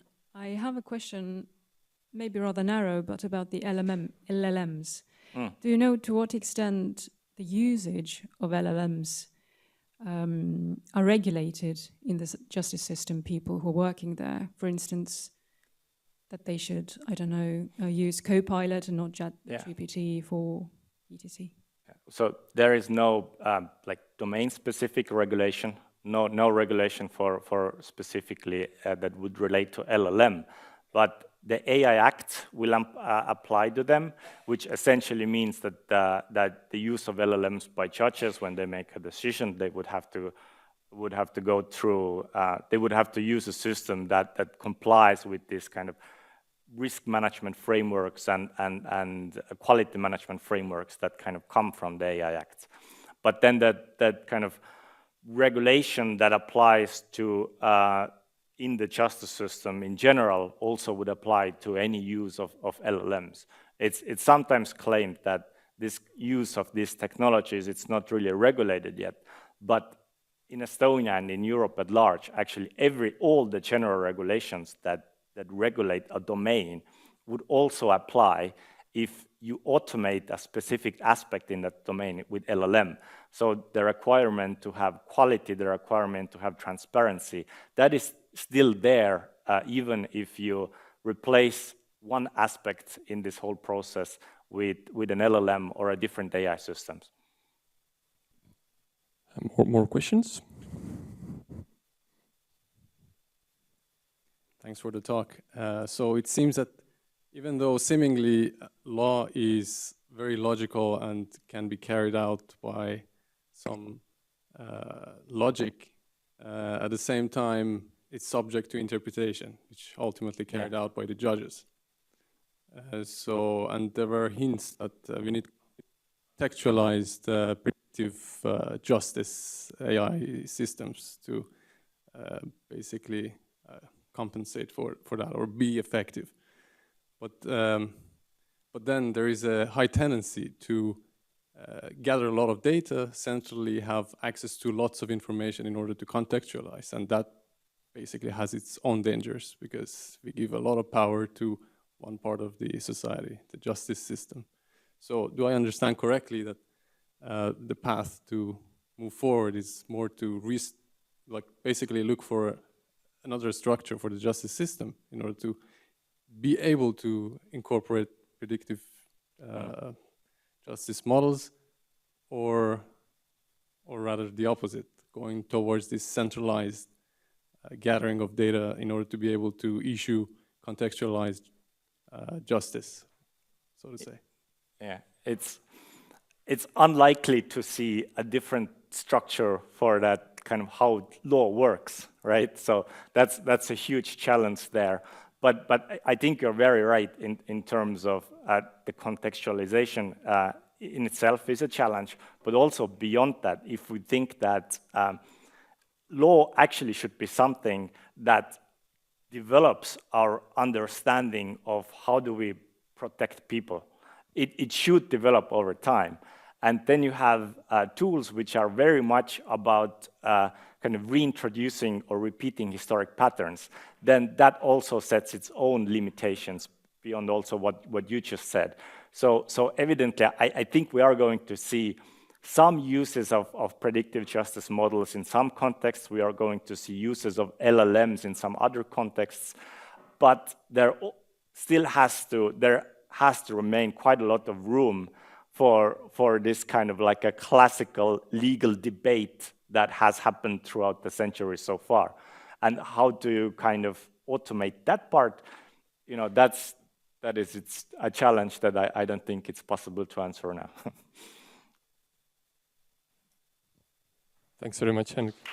Thank you.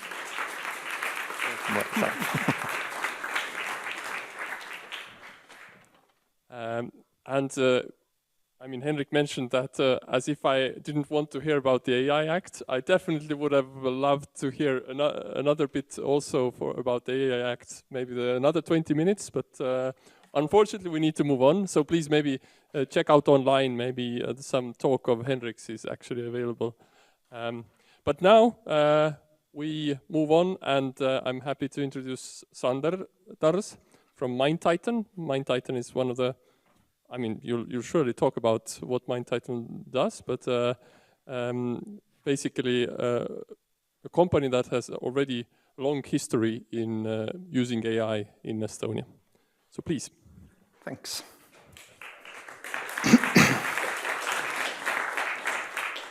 Tere, hello. So I'm gonna talk a bit about trustworthy government AI. So first, what is MindTitan? So we build AI-powered solutions, and we're quite good at it. If you believe our sales team, then over 85% success rate. I'd say it's almost true. What we do is turnkey AI solutions. So not only the AI component, but we also do everything surrounding it. So we are quite well aware of what affects AI and how these different parts affect also the trustworthiness of the AI component. I myself have been around 9 years in AI, a master's degree in Tartu University. And yeah, everyday work is data science lead. So what are the elements of trustworthiness in AI system, or actually in other systems as well? So the first component definitely is usefulness. The more useful the system is, the less I'm going to worry and ask about whether it's trustworthy. I mean, it's useful, I like it. Ease of use, so the easier it is to use, also the less I'm going to worry about trustworthiness. And if there's option to have kind of no interaction at all, then that's the best, because it's also cheap. You don't have to have all those user interfaces. Very important part is service provider track record.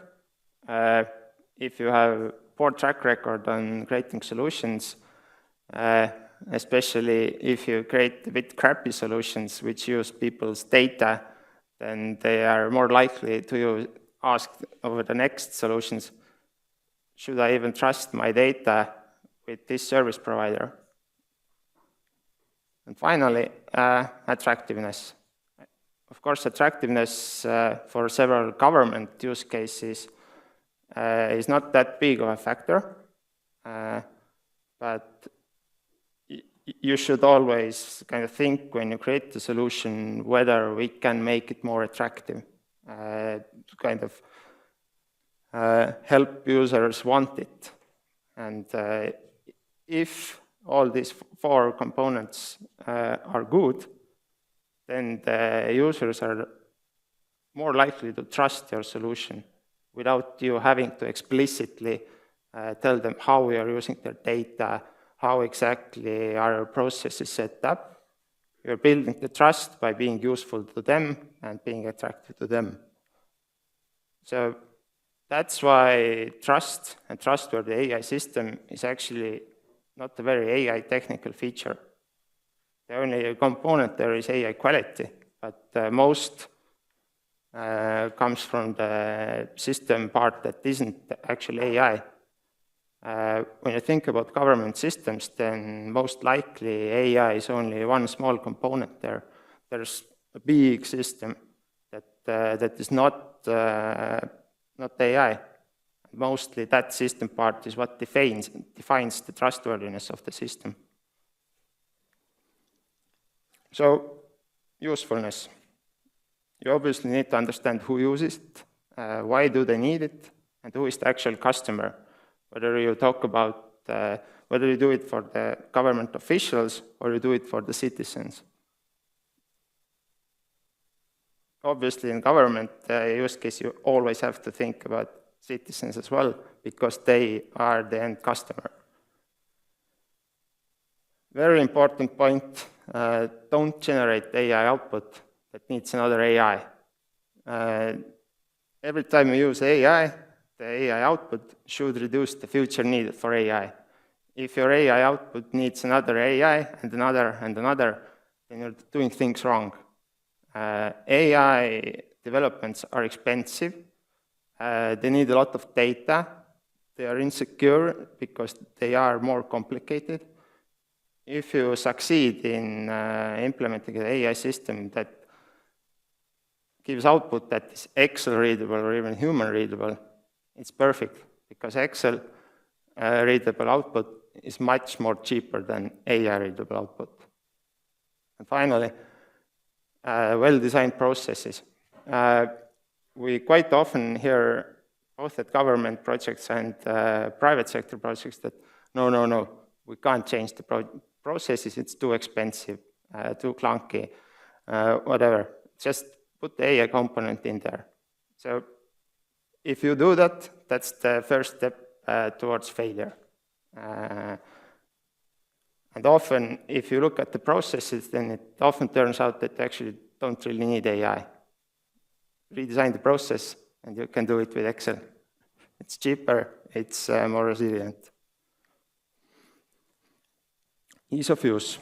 Don't be afraid to use email, SMS as the first point of contact.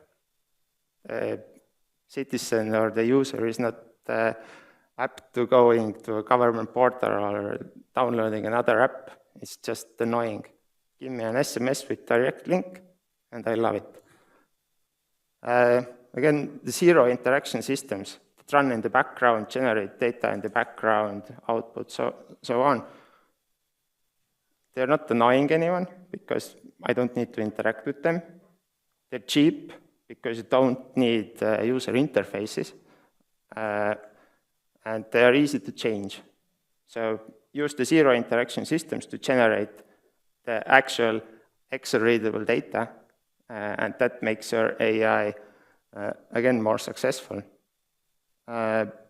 Use the pre-filled information with source references. I think the tax returns are an excellent example where you kind of see already the information. I don't know if there's AI behind there, maybe not, but if not, then it already works well. And definitely proactive systems. If you already know, you don't need to ask the citizen again or the user. And if you think you know, then you can recommend. For example, when you go to your family doctor, you get reference to specialized medical care, and then you have to search for a time to go to that specialized medical care doctor. Well, there's Terviseportaal that actually knows most of the open times. Why don't we simply kind of link it together and send an SMS with direct link, hey, set up a time, and you're done. And most importantly, keep it simple. If there are avoidable, nice-to-have functionalities, then avoid them.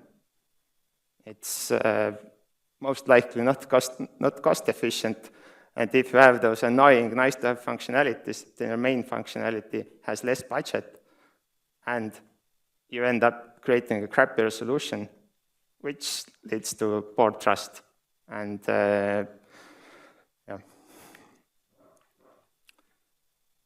And obviously, the service provider track history. So you need to trust the user, the customer, in government's case, the citizen. And you need to focus on the positive use cases.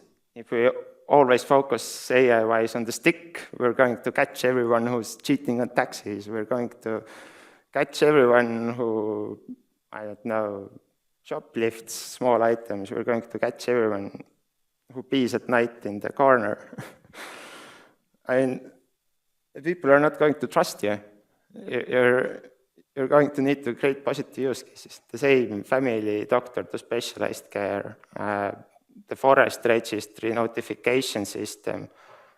Try to include people more and then create those positive solutions. Then you build trust, and you don't have to invest a lot of money in making every AI system to have its separate component that certifies its trustworthiness. It's simply kind of too expensive.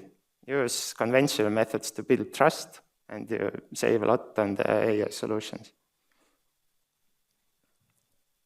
And I would say that the perfect place to start is AI-empowered civil society, so kodanikuühiskond.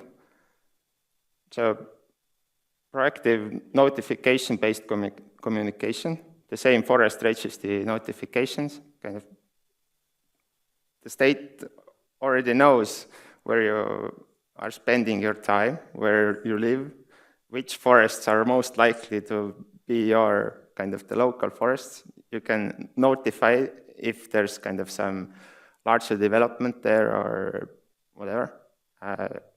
Not the complicated thing to implement. Citizen-facing solutions. You can always kind of recommend tax optimizations. Hey, I am not the bank, but the government. The government is telling you, hey, you haven't invested in your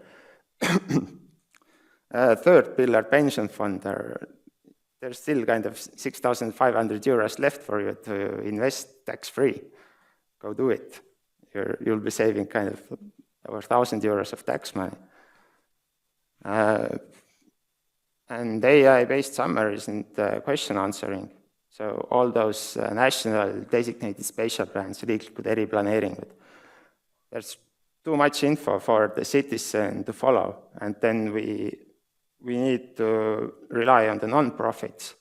When we could actually have a system that allows us to kind of ask questions about those or generate summaries at our demand. So again, makes it kind of more inclusive, and I, as a citizen, can participate. And finally, definitely the transparent progress monitoring. So kind of something what Pipedrive does for client management. Why not show the people in kind of the same notification way or whatever, in what status the process is? Why not track it like most of you track your projects in Jira or whatever? Government also does. They track their projects. Why not make that a bit more transparent, that people see it? So if you start by building the AI-empowered civil society, then you build the trust between the people and government.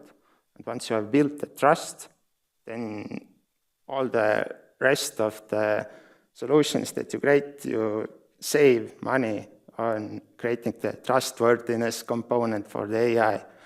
Because you don't ask your family, hey, what you are doing with my data? Did you tell John that I have a knee problem or whatever? You don't do that because you trust those people. Because you know they have a good track record, they are useful to you, they are your friends, they have your best interest at heart. So, a small checklist for you. Don't focus on AI. AI is most likely your small component in the processes. Don't release half-baked solutions. If you do it once, then your second solution has already much higher threshold to pass as good.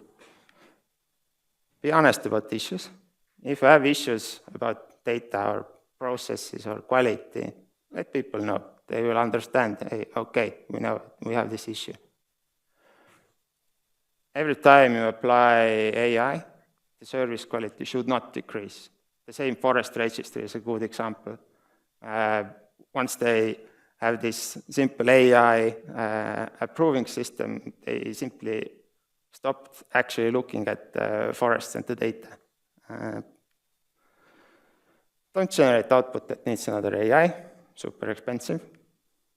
Focus on main use case. Avoid using AI to generate free text. In some cases, unavoidable. In most cases, very avoidable. You can't quantify free text, you can't easily make plots, you can't use it in Excel very easily. If you have option to avoid free text, avoid it. Update the processes, because usually the processes are half of the reason why you are trying to implement AI. Often changing the process would eliminate the need for AI. Map out who wins and loses. You need to be aware of it before you go live. Minimum amount of interactions. It's convenient for users and cheap for you. Keep it simple.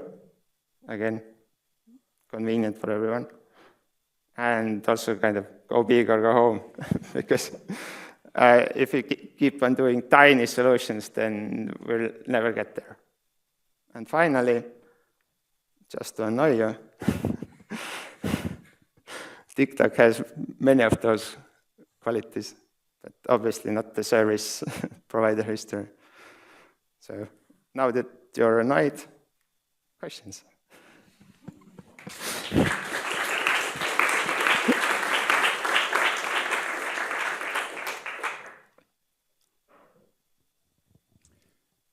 I would like to take issue with your use of the word trustworthiness. Based on the 4 components of trustworthiness, 2 of them at least, the ease of use and attractiveness, they may increase the feeling of trust that users have to the system, but they don't really affect at all whether the system is worth the trust. And I think those should be clearly separated. The trustworthiness and the trust level. And if you switch back to the TikTok slides that you showed just previously, this is a perfect example. This is a perfect illustration. It looks nice, many people use it, it is attractive, but trustworthy, it is not. Yeah, I mean, it's your definition, you can go with your definition. If the user trusts the solution and uses it, then it's worth the trust. No, it's a common English definition of whether trust and trustworthy are the same thing, and they are not in English language. And this is your misuse of the term that I object to. Yeah, you can object to that if you want. If the users use it, then they trust it, and that's what matters. It doesn't matter whether it's by definition trustworthy. It's the users that matter. You can continue that over there. I would like to refer back to the example of ChatGPT in the court cases that the previous talker gave as an example.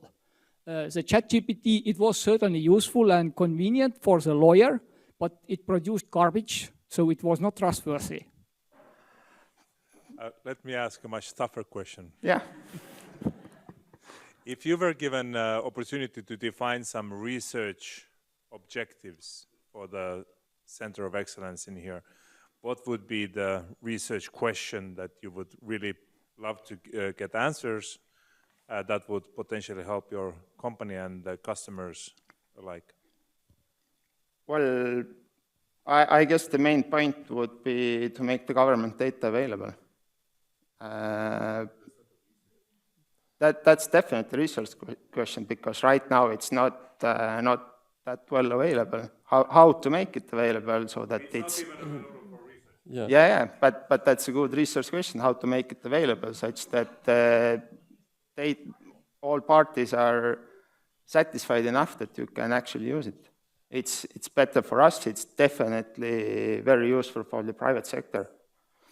Yeah, so if we, and that's part of the plan as well, to actually create a digital twin of the e-government data, so that it would be not about real people, but it looks exactly like the real data, but actually is fully fabricated, just nothing of the true remaining. Is that what you mean? The more real the data is, the better. If you can't make the actual data available, then as close as actual data possible, the best. You mentioned that, or in your checklist, one point was that avoid generating free text. But is it fine to input free text with an LLM? Can that be trustworthy? Yeah, definitely it's okay to input free text. If the system can analyze it close to human level, then go ahead. It's brilliant. Okay, but generating is not close to human level yet. That's why you advise against it. That's not kind of the main reason. The main reason is that if you output free text, then it's kind of already expensive to do anything with free text. You can't kind of run Excel analysis or whatever data analysis you want to run on that. Okay, one last question. I think actually time is up, so, okay, there, I promised one, you get one. Thank you very much. I got good consultation. I'm private company, so you was talking for the government, but actually we are creating communities and doing the same. And really AI is one little part of trustability. But what kind of suggest you give, advice to give to government to support innovation? Now the strategy is to buy innovation and be owner of the systems. And sure, innovation need more private sector and flexibility than government do it now. Well, obviously the data thing helps. But yeah, I guess support the universities definitely, because kind of universities are what drive the innovation. Private sector doesn't kind of usually grow all of their smart people themselves. They get them from universities. If we don't really support the scientific community, then we are actually stifling the innovation of the private sector as well. So start from the data and the universities, and I guess the private sector will be fine. Thanks very much.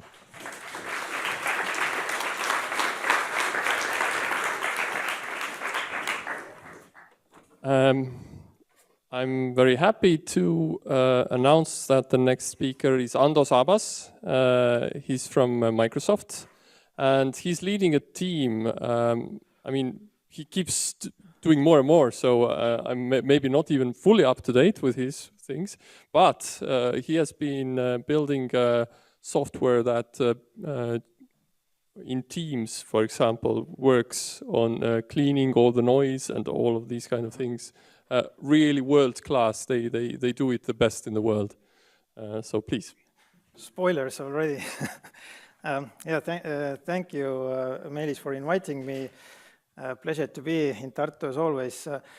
A bit of background. So I'm from Microsoft, from part of the company called IC3. So IC3 is Intelligent Conversation and Communication Cloud, which is the team that builds everything related to communications, like platforms for communications, from audio and video codecs to the network infrastructure running meetings, and the users of these platforms, this kind of software are things like Teams and Azure Communication Services, Skype, Xbox, etc.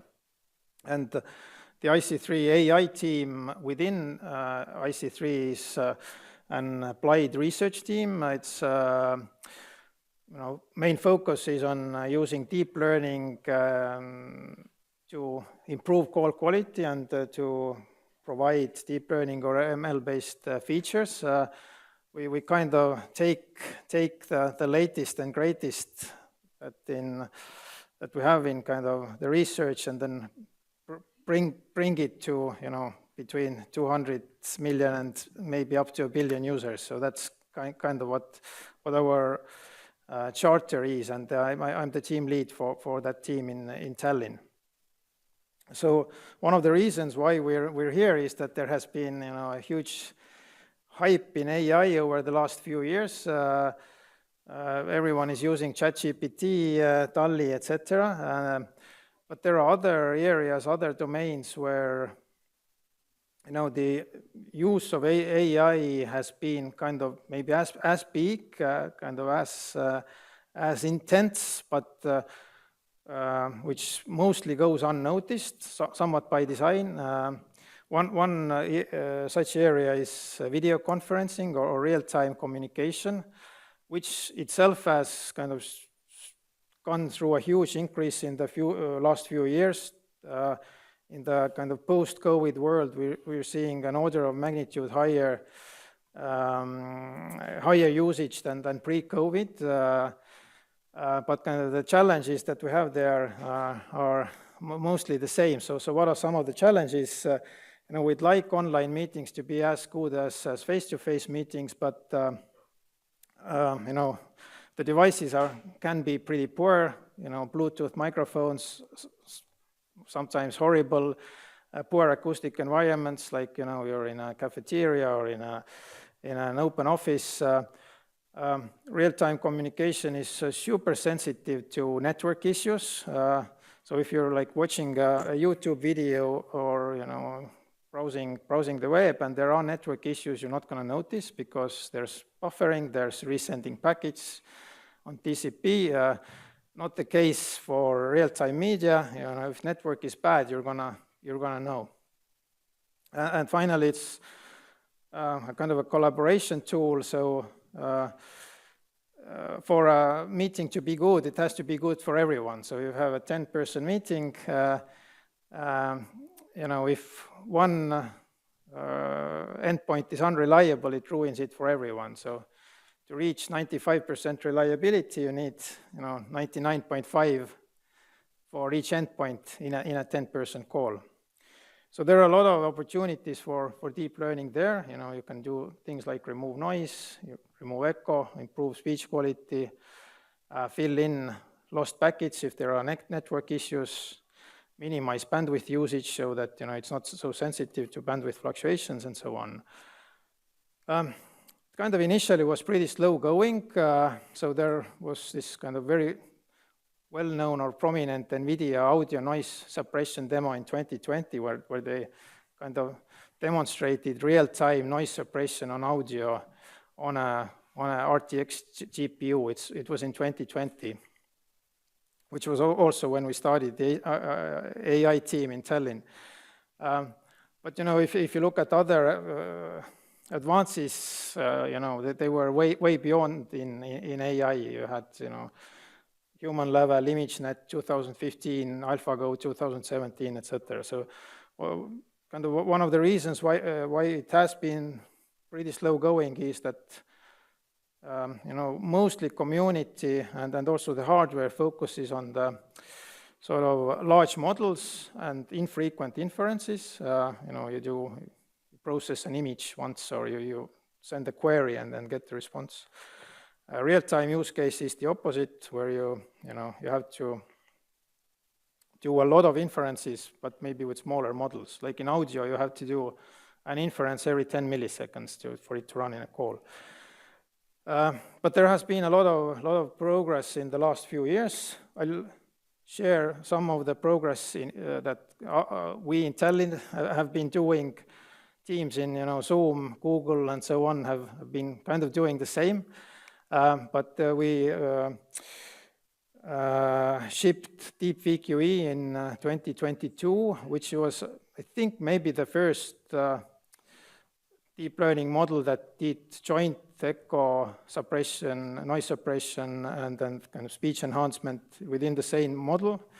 Why in the same model? Well, basically to make it fast enough. It's now running in most Microsoft properties where calling is involved, so in Teams, in Xbox, Skype. It's also integrated into Windows. I actually think that it might be the most used neural network in the world if you count by the number of inferences. So so that was the deep voice quality enhancement model. We have some other models shipped, model for packet loss concealment to kind of hide issues with network. Voice isolation was shipped last month in Teams, where you can teach about your voice, give your voice example, and then every other voice in the audio stream is removed. So if you're, for example, in an open office or a cafeteria, then the other side only hears you, but they don't hear anyone else around you. And then some other things. And yeah, if you ask where currently the state of the art in audio enhancement is being built, I can pretty confidently say that it's in Estonia. Last year in ICASP, which is the biggest signal processing conference, our team had the best results both in noise suppression challenge and the echo cancellation challenge with the deep VQE model. And just last month, Test Dev Lab, which is a company in Latvia, which is basically doing audio and video like quality measurements. So they're kind of this quality assurance company. They did a blind test on voice quality enhancement performance on various clients, Teams, Zoom, WebEx, and so on, like apples to apples comparison, comparing in exactly the same scenarios, exactly the same audio streams. A blind test with human raters, and Deep VQE came pretty convincingly ahead. So really proud of the team for that result. What's coming next for us and for the industry? So one of the big topics is speech signal enhancement. So the North Star there is like how do you get studio quality audio with any device in any acoustic environment? It's actually a surprisingly difficult problem. I kind of thought that it would be solved quicker, but it's still an open research problem. One of the reasons is that many of the recent advances, like diffusion, you cannot really make it work with real-time constraints. But we're kind of slowly getting there. So I have some of my hopes pinned on that. Another thing we're working on in Tallinn is now deep learning for improving video quality. We have a deep learning-based video codec that's about 10 times more efficient when compared to H.264. I'm not sure if it's visible, but I hope it is. That the quality difference, it's kind of like, if you have the same bandwidth in with one codec versus the other. The main challenge there is like how do you make it fast enough and small enough? We're working on it, but yeah, it's also kind of a challenging research problem. And another thing that we're just kind of starting is to use photorealistic avatars instead of video coding, where you could get the 100x bandwidth reduction, and then you could also have new calling modalities. So, like for example, putting everyone in the same room, and then when you look at someone in the screen, then you kind of are also looking at them, in the video stream, so that others see it. So it makes it kind of like a real meeting scenario. But this is sort of in a bit more of a research phase right now. Since we're in a Trustworthy AI kind of meeting, I wanted to talk a little bit about that as well. So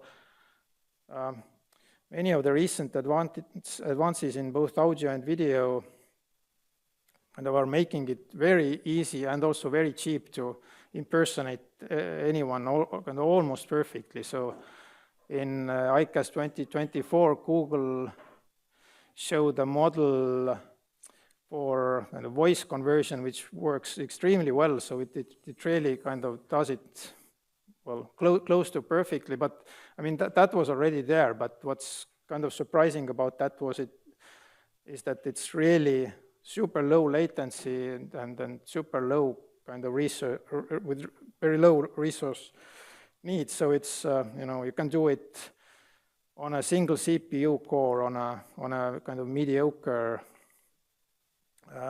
phone with 60 milliseconds latency, meaning that you can just talk into a mic and it can kind of play back another voice pretty much at the same time. Another thing, again, very recent, about a month ago, from Microsoft Research, probably many of you have seen it, but it's a very, very impressive models, basically, where you can give an image, an audio signal, and maybe control signals, and it generates the talking heads video extremely well and in real time. So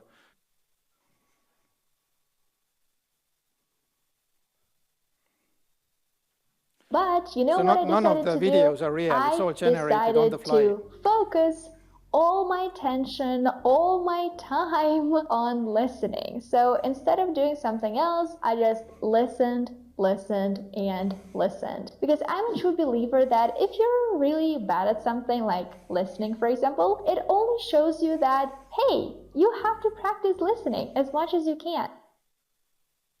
We introduce VASA, a framework for generating lifelike talking faces with appealing visual effective skills, given a single static image and a speech audio clip. So our model is capable of not only producing lip movements that are exquisitely synchronized with the audio. So what's kind of especially, again, impressive about that is, well, first of all, it's very, very high quality. It's very difficult to find any artifacts or issues. But again, it kind of works real time with, a couple of $1,000 worth of hardware. Like you have a GPU you can buy from a store and put it on your computer, and you can do it at 170 millisecond latency, meaning you can kind of have a call with someone else's face, someone else's voice, with super difficult to kind of distinguish quality from what is real. So these are definitely big challenges for the research and security community. We've been thinking about that part as well. So for video, there kind of seems to be a pretty easy solution, or relatively easy solution. So most devices nowadays come with secure cameras. With Windows, you have the Hello camera, True Depth camera in Apple, I think similarly for Samsung, etc., where you can kind of relay to the other side that the person in front of the camera is basically whose video stream is being published. But for audio, there really is kind of no easy solution, at least not anything that I know of. So you could have a secure microphone, but you can very easily circumvent it by just using an external speaker, and then it's kind of meaningless. So not sure what the future will bring in this regard, but it's definitely a research problem for the Trustworthy AI folks. So yeah, that concludes my talk. Thank you, and happy to take any questions.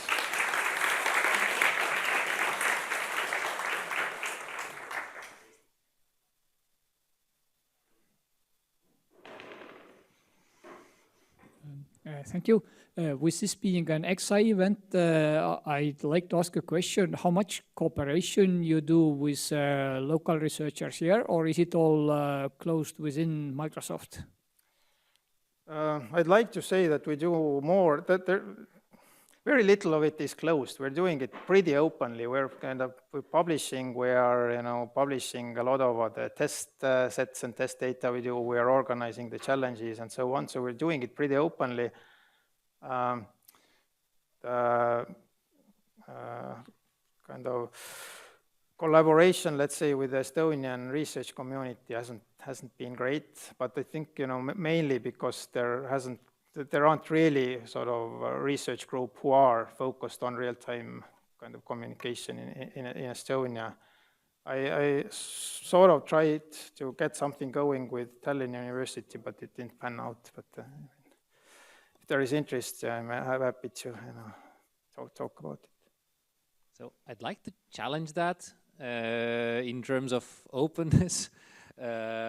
We saw the Vasa one demo videos, and I had saliva dripping from my mouth looking at the demos and everything. While if we want to replicate or try something new with anything open source, then we are stuck with 3-year-old solutions like WAF to lib. So what's your view on open sourcing those things? So when I said we're pretty open, I mean we as in our team. So Microsoft is 300,000 people. There are different groups. The Vasa one was built by a group in Microsoft Research in Beijing. So they kind of do their own thing. As far as I know, they're still using stable diffusion models and so on. So maybe it's not kind of that far from replication, but there are definitely some things that are kind of proprietary, but like for example, when this deep VQE, the paper is published, a lot of the data sets, training data and so on is public, so it's kind of relatively open research in this sense. Good to know, thank you. Ando, thank you. For these real-time, low-resource use cases, how large are the models, how many parameters, and what are the bit lengths of the weights? That's a good question. So for the audio models, we're kind of targeting under 1 million parameters. We run them on CPU, and we want to run them on all CPUs, so that's kind of where the limit is. Depending on the device, like if it's ARM, it's FP16. If it is Intel, it's actually FP32, bit length-wise. So I think partly I showed kind of results from the challenges and so on, and comparison with the competition. I think partly why it is working so good for us is that we have a super fast inference engine specifically for like real-time use cases, which I don't know for sure, but I think it is by far the fastest in the world. That's why we kind of can run relatively fast models. Relatively large models, but yeah, like when we're comparing to ChatGPT and so on, they're of course tiny, but they're, let's say, roughly 1 million parameters. When we're talking about the video models, they are intended not to run on CPU, but on NPUs, like on Apple and so on. There we're talking about like the order of maybe a few tens of millions of parameters. Thanks very much, Ando. Thank you.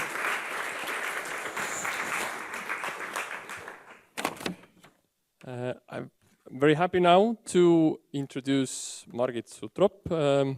She's a professor at the University of Tartu. She's heading the Centre of Ethics. She's also a member of Parliament of Estonia. And she will be talking about should we trust artificial intelligence, a philosophical perspective. And she's our chair of the Ethics Advisory Board. Please.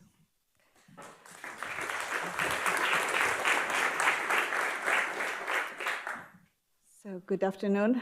First, let me congratulate Meelis, Kull and all the colleagues for the success of getting this very high-level Center for Excellence, EXAI, and thank you for the invitation to be here and also to chair the advisory board for ethics.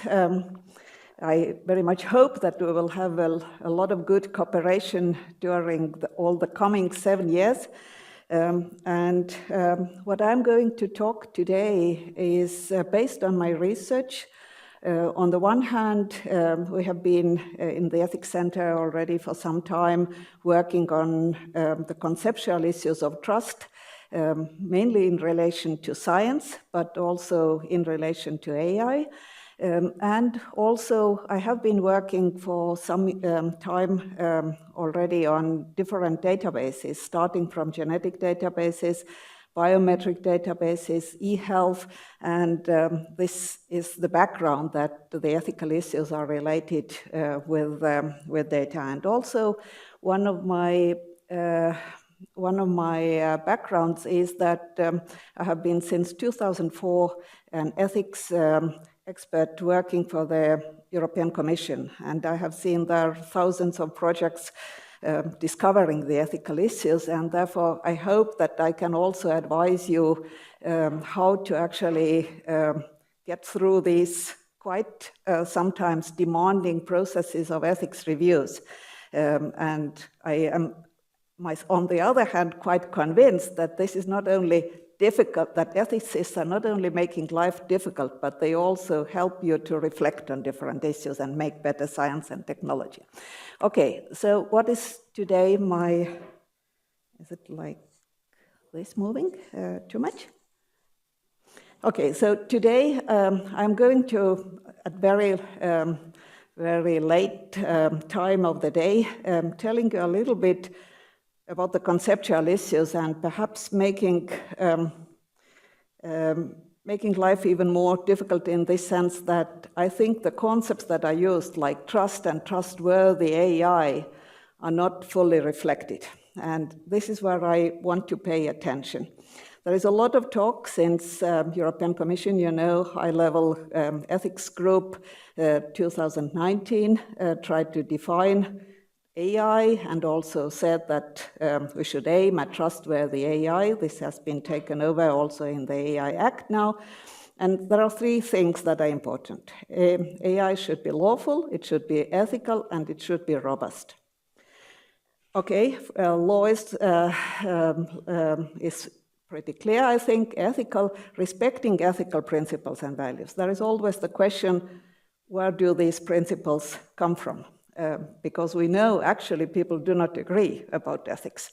There are many differences, and one of these things that is problematic is that in these documents they are saying that we should respect autonomy and human dignity, but on the other hand we should also respect all the differences that are local differences, which makes it difficult.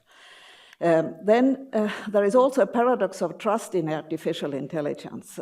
Trust is believed to be a foundational cornerstone for artificial intelligence, and it is quite pragmatic.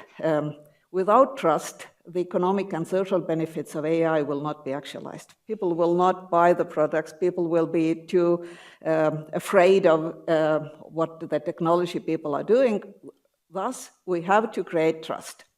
However, there are difficulties. From the philosophical point of view, when we take the conceptual analysis, it is not clear if it is at all appropriate to talk about trust in relation to AI, or at least we should be more specific. What is the object of trust?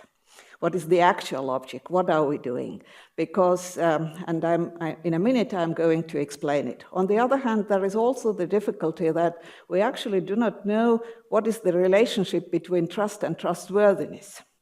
I mean, we know all that people actually very often do not trust, although the object is or the person is trustworthy. And the other way around, actually, that they trust people who are not trustworthy. So we actually may not be have solved the problem when we actually create trustworthy AI. We also need to work to get trust. And with trust, the problem is that actually what we want is warranted trust, because there may be blind trust, and this is also bad. We should be aware of all the risks that are related to AI and many different technologies. So these are like complications. Now, a little bit of the philosophical background. There is one very famous article for philosophers since 1986. There is a difference between reliance of objects and trusting people. You rely your watch to tell the right time, but you trust the person to tell the right time. What is the difference? The difference is that when actually the watch tells you the wrong time, you are disappointed or angry. Whereas when the person lies to you, you are actually furious. You feel betrayed. Why? Because you have some kind of normative expectation that the person should tell the truth. There is an agreement that actually the person has to fulfill the expectation to tell the truth. Okay, so the basic elements of trust, and this is very simplified slide, is saying that actually in trusting, we have some preemptive reasons to give up control. We never are fully actually aware that the other person is trustworthy, but we still have to give up control because we can't control everything. We were all eating the food without actually knowing that it was not poisoned. But we cannot control it. We have to eat it. But there is always a risk involved. Then holding a non-doxastic mental state is that actually when you are trusting somebody, you actually have some kind of positive feeling. And this is sometimes underestimated, that also in relation to technology and the people who actually work out the technologies, there is some kind of non-doxastic attitude involved. It's not enough to have the belief that it is trustworthy. There is always something emotional. When some kind of plane makes an accident, for a long time you are not trusting this company, although it is not very justified, it's not warranted, the risk is not so big, but you have this kind of feeling. And this is the same with people. You also know the images that you are not actually buying some kind of products because you think that this nation is not, who is producing it, is not doing very good work. But this may be a prejudice, and so on and so on. So there may be all these elements, giving up control. You're ready to be vulnerable, and this actually depends on the person, whether you are ready to be vulnerable or you try to control everything. Then there is this positive feeling that we always also not control all the time. Then there is a belief, and we try to make also this belief to be justified that the other person is trustworthy. And then there is this kind of human institution of promises and telling the truth, and there is a normative expectation that the trusted person should fulfill these expectations. Now, what do we mean when we talk about trust in AI? When we talk about trust in AI, several of the other philosophers have said that actually we mean the humans behind the technology. This is like Kokelberg or Tadeo saying that there are some kind of agent, there are humans, or we are already speaking about general AI or even superintelligence, agents with mental capacities, AI with autonomy. And this is not always the case, as we know. So Johanna Bryson, who is also a member of the Ethics Advisory Board, has a good article where she says that actually there are two things. No one actually can trust AI because trust is something that is happening between peers, but we also do not want to or need to trust AI because actually what matters is accountability. And these are perhaps some helpful things like, that she has pointed out. Like any other manufactured product, either the manufacturer or the owner-operator must be accountable for any damage it causes. The cases with self-driving cars show that it is important to go back and actually discover who was actually responsible. And this is what she has told is important. Organizations also should develop software, need to be able to demonstrate due diligence in the creation of that software, including using appropriate standards for logging, what code is written, which software and data libraries are used, also appropriate testing, monitoring, and maintenance. And like other sectors, organizations should be held liable unless they can prove such due diligence. This has created quite a lot of discussion, this kind of claim. We should distinguish between different objects of trust in AI is my own message. I think we can speak about trust using this word as we use about relying on computers or relying on our watches. We can trust AI as an object, but we need to know that then we are using the word like reliance and not as a fully philosophically correct word for that.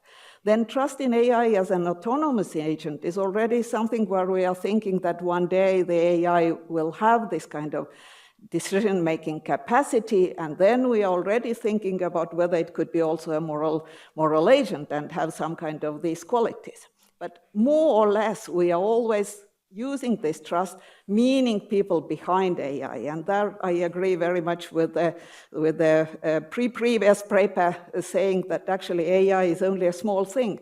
There is a lot actually that is going on in institutions and about humans who actually should be trusted and who should be trustworthy. Here is a list of these. Then what I would like to show about saying that what makes AI then trustworthy is really that it should actually respect then all these different values. And there is a list developed by this high-level group of ethics, but here is also one very useful, more practical approach, Altai approach, where you can also try this online tool, actually looking how these kind of principles are or values are really followed. Whereas actually I think the difficulty is that some of them may contradict or come into conflict. It's not always possible to follow all of them. And here I agree very much what Henrik Trasberg was saying, that it's the same actually as with the legal cases, that you need a lot of deliberation. There is interpretation needed. You can't apply ethics automatically. There is always this kind of contextuality, ranking the different values. It's depending on the context, and there AI is not so good, at least not at the moment. Then key ethical requirements are respect people's autonomy. Then, of course, AI systems must be designed to avoid bias, respect privacy, and the AI systems should not stigmatize or discriminate against people. There are a lot of different potential discriminations, and this is where they also, when we are looking at the European Commission, for example, through their approaches or research projects, we are looking whether there is this kind of potential stigmatization, and it's the researchers' duty to show that they are aware of this potential of stigmatization and that they are avoiding it. Then one of the key issues that is actually important for AI is that there is AI ethics is that there is ethics by design. And there is a very good paper or a project outcome also in the reference list, Bray and Dano, which I very much suggest ethics by design. Ethics should come first, not as last. And it means that the technology people and ethicists should work together. They should start together, looking actually what are their values that have to be protected before we start to develop the technology. And I think there is a difference between, for example, with genetic databases, where we always were speaking about ELSA issues, ethical, legal, social aspects after the technology or the projects have been developed. And then not much ethicists can actually change. Whereas here now, when AI technologies are developed, there is a big hope that we can work together, that this comes before and not after. Then ethics by design methodology means some concrete steps for each phase in the development. And there are some kind of things that you have to pay attention. Check for algorithmic bias, which is very big problem. And I think also in reviews, it is actually not clear how the researchers are trying to avoid it. Then ensure the interface design honors principles of universal accessibility and all these other things. Also something that is quite difficult to show and demonstrate, I agree, but this seems to be necessary. So there are some references that I would also like you to check if you are interested in this, and I thank you very much for your attention and hope that we will have a lot of good cooperation in this Center of Excellence. Thank you.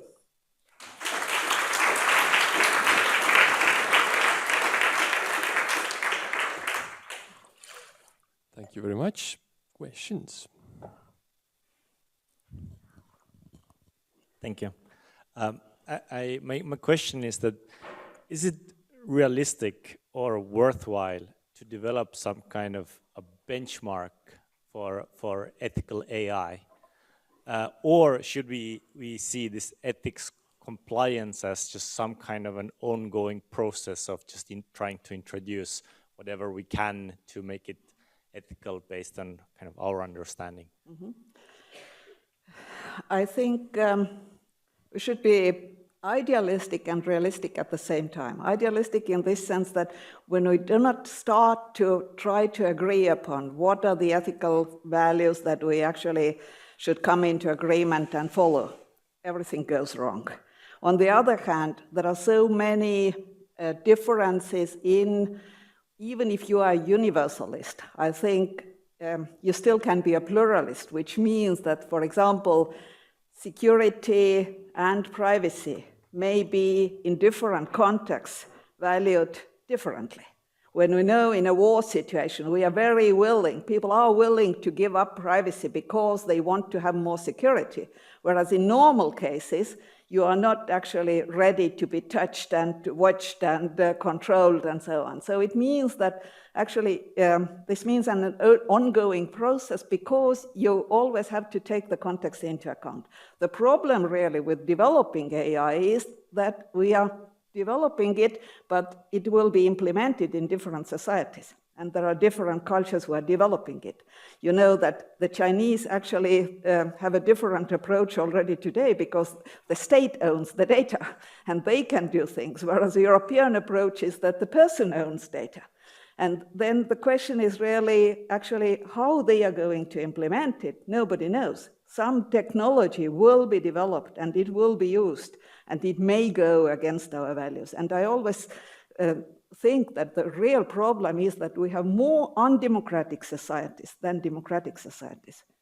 We have a somewhat illusion in developing all these nice guidelines for Europe and for the US and so on, but actually there are the other countries who are very interested in taking the control via AI, and they may let AI to control also themselves because they may not be able to stop it. So this is a dangerous situation, but ethics is very much needed, otherwise we will all be dead. Margit, thank you. So I did not hear the word explainability, I guess. Did you mention that at all? How would you comment if it's important to be able to explain what the AI does, or how does it reach the conclusion? Like Ando Saabas said, well, if it modifies the voice, you need to explain that even. Right. But in some cases, you may need to explain. Sure. And when the models are really complex, how can you? What would be understandable to humans? Yeah, I know. I mean, it is like, I think also what, in relation to what was Jaan Aru saying, I think it is what is the very, she has, or Altai list has this transparency, it's also including explainability. I mean, it is there. So it's like you have to interpret the values in order to see, and this is why I put also this list here. But what Jaan Aru was, with the background in computer science, was saying that it is at the moment a lot heard that people are saying it may become black box and we cannot explain anymore what's going on. Until we haven't lost the battle, we should aim to have this explainability. We should be able, or try to track and try to, yeah, I mean, it does mean that Some argue that the black box, you see all the numbers in the model. Sure. It's transparent. All the numbers are there. Yeah, all the numbers are there, but it is like, I mean, this is very specific. Already computer scientists know this better, but I think it is like it has been used, this example, that the self-driving cars, for example, have been quite well also regulated because the whole traffic thing is regulated. And then the producers of the cars have to record every step. They have to be very clearly actually documenting every step. And this is why the liability, or going back and seeing what went wrong there, was at all possible. And the whole insurance companies make a big fuss out of it. Now, no, I do not know about other technologies, but at least we could like say as a normative demand as much as possible to record every step and to be able to go back as much as possible. At what point this is not anymore possible, and when it becomes black box, this is what you know. I'm only a philosopher. I can only say from a normative perspective, you should do, but of course, should implies can, and you have to say whether it is possible or not, and then justify why it is not possible. But if it is not anymore possible, then the question comes, should we stop it? Because then you don't know anymore at all what you're creating. What will come out of it? Then the question is, should the regulators then stop you? So, because it may be then uncontrollable and not only unexplainable, but also uncontrollable. And I think this is where also all the visionaries of AI actually, who know more than me about the possible developments, become very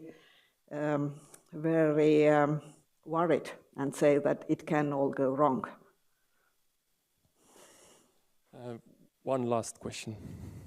Yeah, I'm just wondering, did I understand you correctly that basically the requirement is such that AI should be more ethical than people? Because as I understand, people cannot agree what ethics is and how ethical behavior is. And then I'm wondering, how could it possibly be possible that AI is developed ethically, even if humans cannot? Right, yeah. I did not say, thank you very much for your question. I did not say it directly, but this is indeed one possibility. There are philosophers who say that since the ethicists there are so many different ethical theories and different ways how they justify, like utilitarians and Kantians and virtue ethics, they all have different approaches. And some people say that, okay, let us develop an AI that actually makes a better ethics because the people cannot agree. But this is not what I have said. I think rather that we should come to an agreement, even if there is this pluralism in the world. What is something that we want to avoid at any price? I think what we can agree, and this has been one of my articles on value alignment, where people are thinking we should give values to the AI. I think the only possible thing is that we agree on negative values. What do we want to avoid at any price? We do not want to be our privacy violated, not humiliated. We do not want war. I think there are some things, not everybody agrees, but there can be more or less a general agreement what we want to have. And this is where we should work at. This is almost like, sounds like a politician. Let us come together and try to agree. But I think this is also what, for example, a UNESCO approach on declaration on biomedical values in 2015 brought us, that although different cultures, different religions disagree, you should work on getting them at one table, because without being at the same table, there is no possibility to avoid things that actually can harm us. So keep going. Thank you. Thank you very much. Thank you. Thank you. And I'm happy to give the floor over to Marlon Dumas, who would be the moderator. Please. So I introduce the panel. Yeah. Okay. So I don't think I need to introduce the speakers. They have already been introduced. I am rather going to focus on introducing the panel. So this panel is called AI Estonia, tehisintellekt Eesti. Apparently it's grammatically incorrect in Estonian, but the fair thing about it is that it's also grammatically incorrect in English. And the reason for this title is that it's at the same time, what can AI do for Estonia, like AI for Estonia, but it's also what Estonia can do to advance AI. And so it goes kind of both ways. You can put all the declensions into that. So everything is allowed in all directions. You can dream. Exactly. So, obviously, the first thing I did, and this is following what Kristel showed us, is, of course, ask ChatGPT to put a question. So I'm going to start with that one. So I just said that I am the chair of the panel of the opening ceremony of the Estonian Centre of Excellence. And here is the program, and including the panel. and write some questions that I could ask. And it gave me some general questions, ChatGPT-like, but then it went very specific, and it actually asked questions for Kristel Kriisa specifically. Yeah? So there you are. So ChatGPT has something for you. So, and one of the questions was, can you provide examples of successful AI applications in the Estonian government so far? No, ChatGPT asked it for you. It wrote Kristel Kriisa here. Microphone. Oh, sorry. By the way, I don't need it. We'll share, I think. Yeah. I have.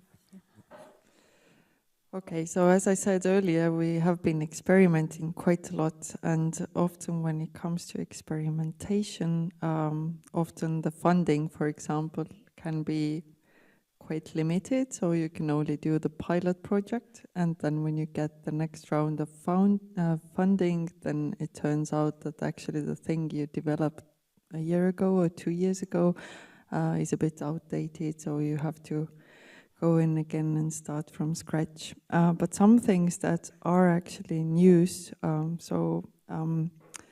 are about language technology, and the Parliament sessions, for example, are automatically transcribed, and Tanel Tammet is here today, so whenever I talk about it, I mention him, and I'm always really proud of that solution. Of course, when it comes to courts, they use a similar solution based on a similar model.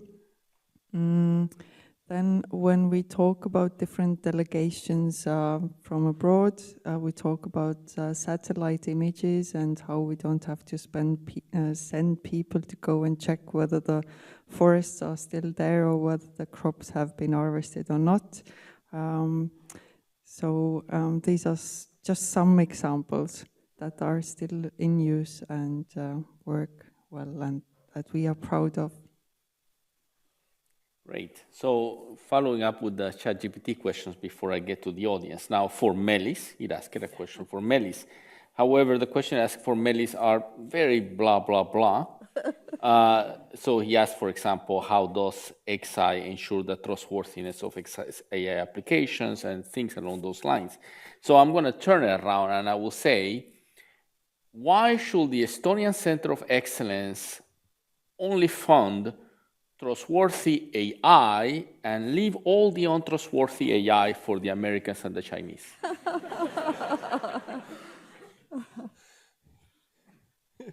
I think, well, we actually heard very interesting discussions already about trust from the ethical, philosophical side, from the company's side.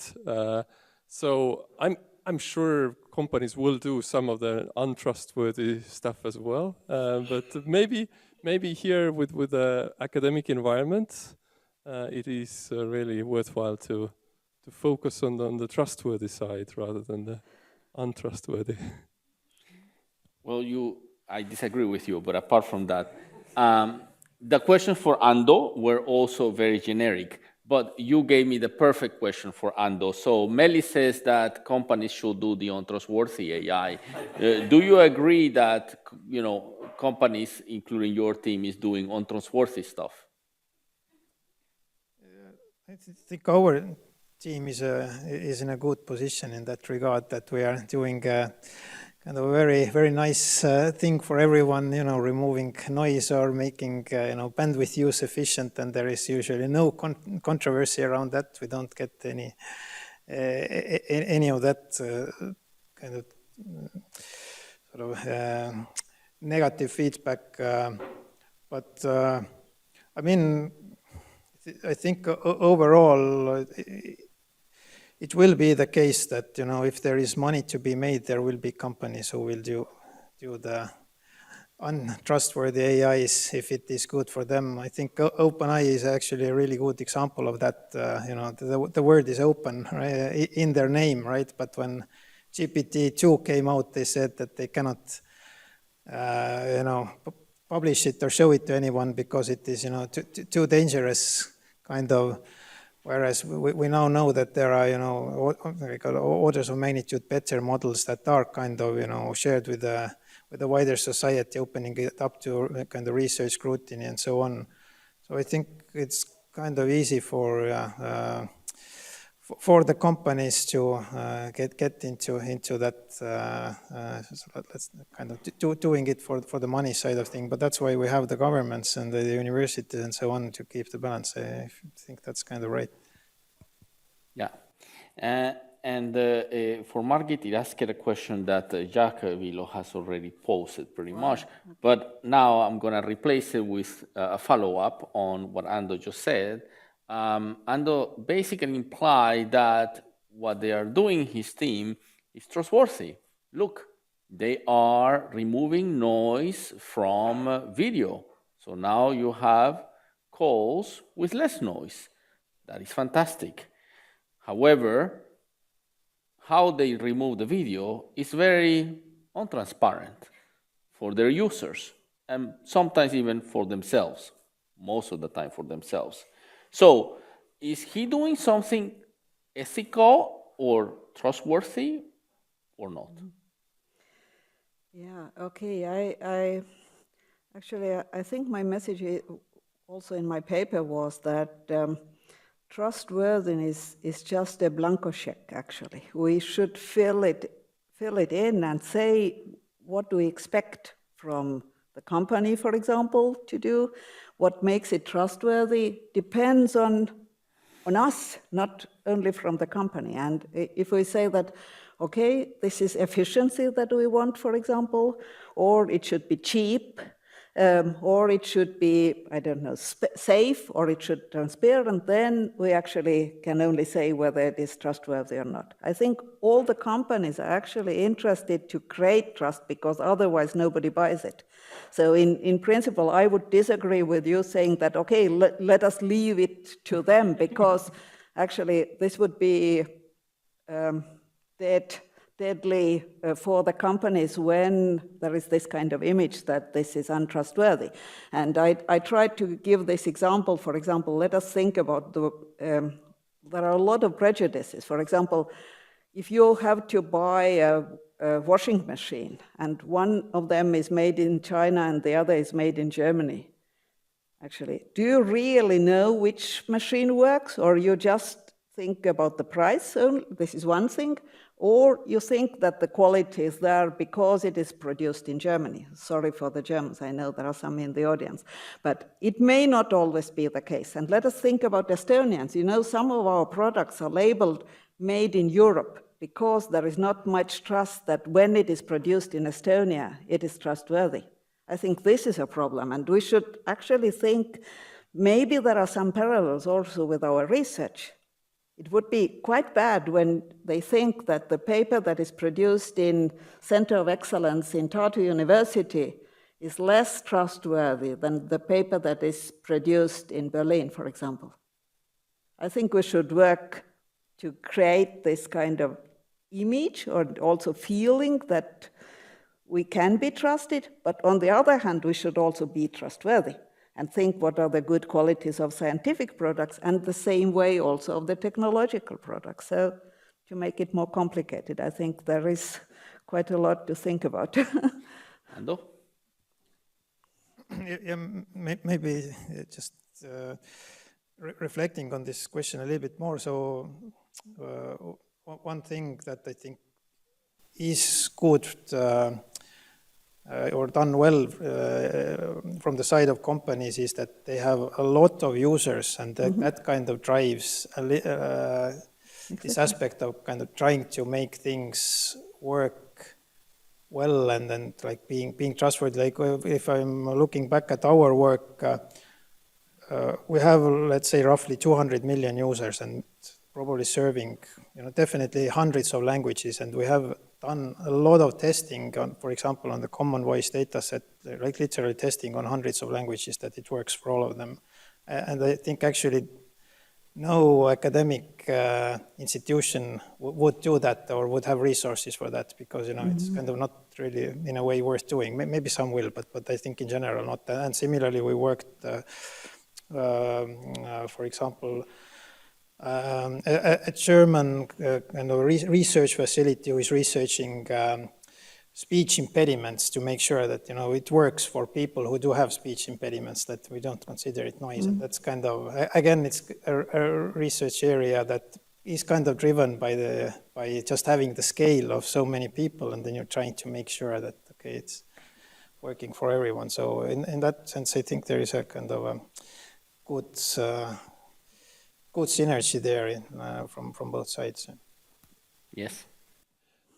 Regarding the companies and trust in what they do and whether they are trustworthy, I think with a large corporation, maybe kind of the levels of risks that they take are lower, but with a smaller company, particularly startups, they tend to take risks. I mean, they of course want to succeed, but sometimes it can be whatever it takes, almost like. I mean, short term, they of course want to be kind of trustworthy because their clients rely on them and they lose their clients, but kind of they don't need to necessarily think long term ahead to make sure that in 10 years nothing goes wrong. And that's maybe one concern with a kind of this race for developing general AI, artificial general intelligence, or AGI, is that I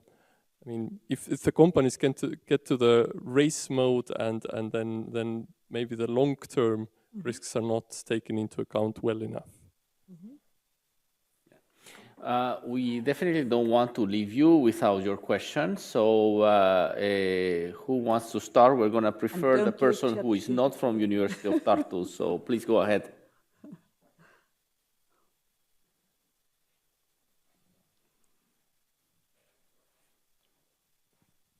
Okay, hi. So this is the question I had from already earlier. It kind of comes, I don't even know if it's a question or not, but maybe a point to discuss for you or something. So there's been a lot of talk about trust from company side and from ethical side and trustworthiness and so on and so forth. But the way, at least the way I see it, is like there's this subjective trust and there's objective trust. Subjective trust is the way how you perceive something. And it might not have absolutely nothing to do with the actual reality and trustworthiness. Mm-hmm. And objective trust is something that is quantifiable through criteria and means or whatever you put in front of you before. And these two things might not align at all. So, well, I guess my question here is that if we're talking about AI and its immense implications of all across the board on different fields and areas of life, how would you address in making sure that the objective trust and the subjective trust, they align? I think that's for you, Margit. Yeah, thank you very much. I haven't put it like this, but I have been speaking a little bit about warranted trust. I think this is also where you say that actually the object is the object or the in terms of object of trust, the person or the institution is trustworthy or the object is reliable. And I think in terms of people, there is this one possibility is, of course, that how do we know? The question is, how do we know? Because as I said, there is this kind of feeling movement that is underestimated. Actually, you are very right. Actually, there is this subjective feeling, which may be wrong.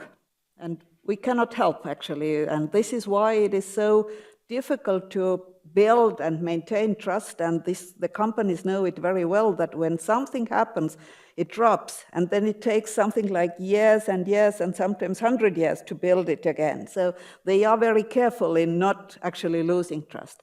But because there is this subjective thing. So what you were more asking is how to objectively, actually, how to be sure that it is justified or it is warranted trust. And I think one thing is, how do we know what kind of knowledge we have? We have to control our prejudices. We have to try to find out as much as possible about this trusted object. But on the other hand, with people and institutions, I think we can also say that we should give a message to the trustee, or to the truster, actually, that we can be trusted. And this is very tricky. I bring here an example with scientists, for example. Should scientists also show themselves to the public that they can be trusted? Because how do they know that you do not plagiarize, that you do not falsify your data, that you do not actually violate the rights in your research group? Is this only something that comes through media, or should we as scientists, even in the Center of Excellence, also actually care about it?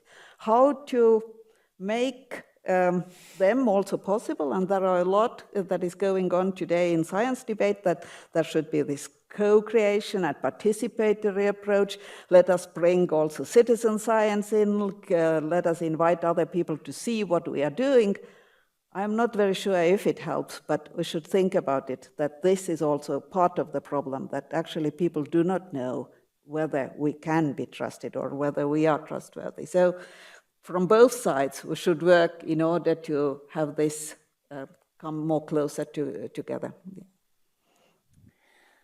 Right, so I think we have time for 2 more questions. The next one, preferably someone not from the university or a student. Yes. Yeah. Here, in the center. In the middle.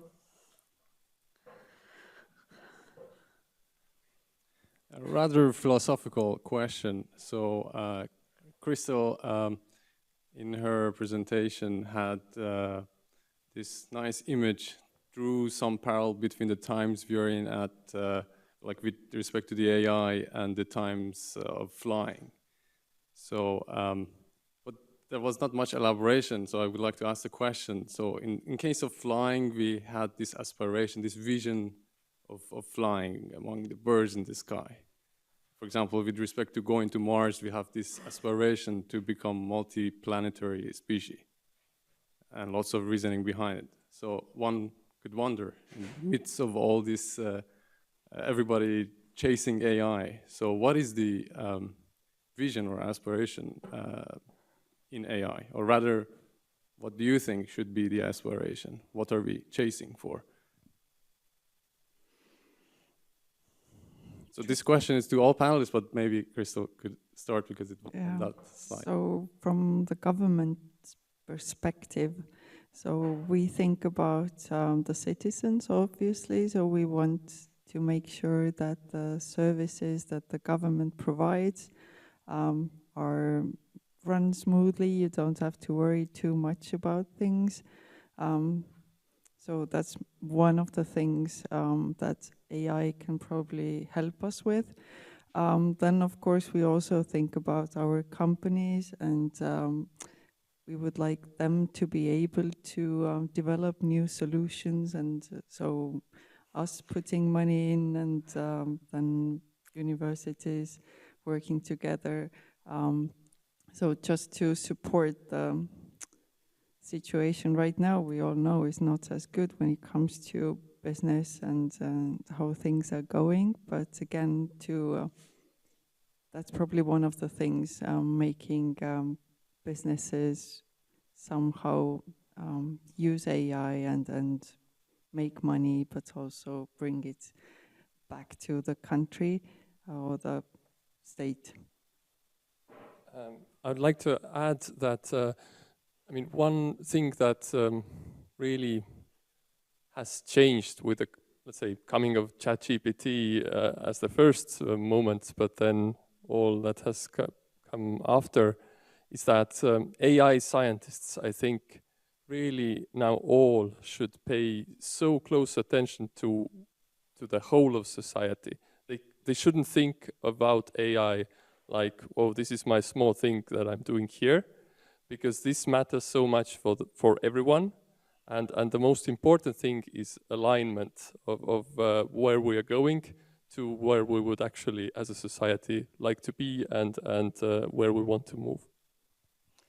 Okay, this is coming very close to what I am working on with this value alignment problem, but I think really I very much agree with you that it should start from a very basic question: what do we mean by good life, actually?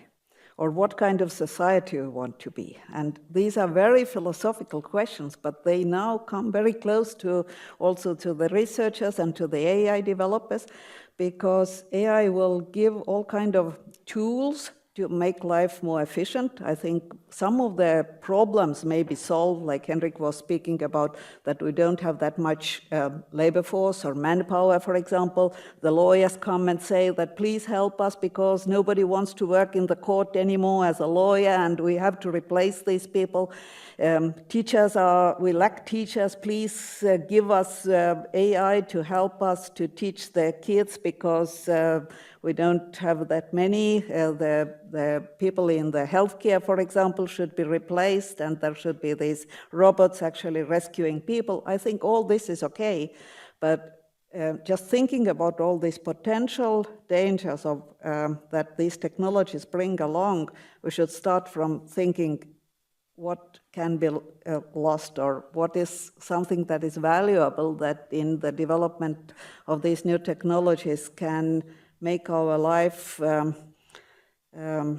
not like we want. And I think things like this are, for example, I have been thinking about some of your projects also in this Center for Excellence actually deal with some kind of for example, unemployment problems, which have these ethical issues like when you profile people, when you actually put them in a group and say that you actually have all these characteristics of being long-term unemployed. And the state will save money not giving you more possibilities to get better education, for example.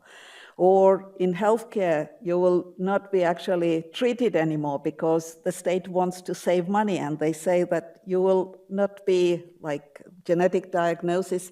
In genetics, there is one kind of problems that is children will not be tested genetically without their own agreement, because in some of these monogenetic diseases, you will have no open future for them anymore. Like parents and all the grown-ups will treat you as somebody who is going to die anyway, but perhaps you have 10 years to live. Just think about these kind of things that can be happening when you actually have these tools to profile people, to put them in groups, to say that you are as silly as your father was. I am not going to teach you because actually you will not be able to develop. And this is what the educationalists, for example, say. But in education, we are today speaking about this growth mindset, that you should believe in yourself. And I think it depends on what you believe, not what kind of characteristics or capabilities you are objectively having. And I think all these questions now come on the table. What do we actually want? And this is very philosophical, so I'm very happy to be with you, and I'm very happy that you are interested in these questions. I think we want food now. Yes, I think I was going to say that in summary, the aspiration of AI is that we are going to be happier, right? And I know that there was one question, right? One last question? No? Everybody wants to be happier? All right, so we're going to take one very last question and then we are going to be happy, okay? Okay, thank you so much for giving me the opportunity to ask last question. So currently we have a lot of checklists on how to evaluate trustworthiness, and as we've seen today, even defining the term is not trivial. And there are like responsible AI checklists, like fairness AI checklists developed by Microsoft, and there are like many more, sometimes overlapping, sometimes not. And given that in EXAI there are so many partners from different fields, is it in the scope of the project to trying to measure when the model is trustworthy enough? So how would you know that you achieve of the goal of having trustworthy AI? Meelis. Not from day one. That is not part of the actual task that we try to solve ourselves. But of course, we need to bring things together. I mean, we have, as you saw, many of the topics relate to trustworthiness, and but I think defining trustworthiness well enough, and then kind of benchmarking it and having the ethical process around it. All this is quite a complicated thing. We'll definitely do our best to do it right. And I'm sure that with the help of the Ethics Advisory Board, we can do the AI right so that it serves well the society. So that's what we're aiming to do. Okay, so irony aside, I don't think the ChatGPT could make a better answer than that one. Thank you very much to the panel, and thank you for your questions.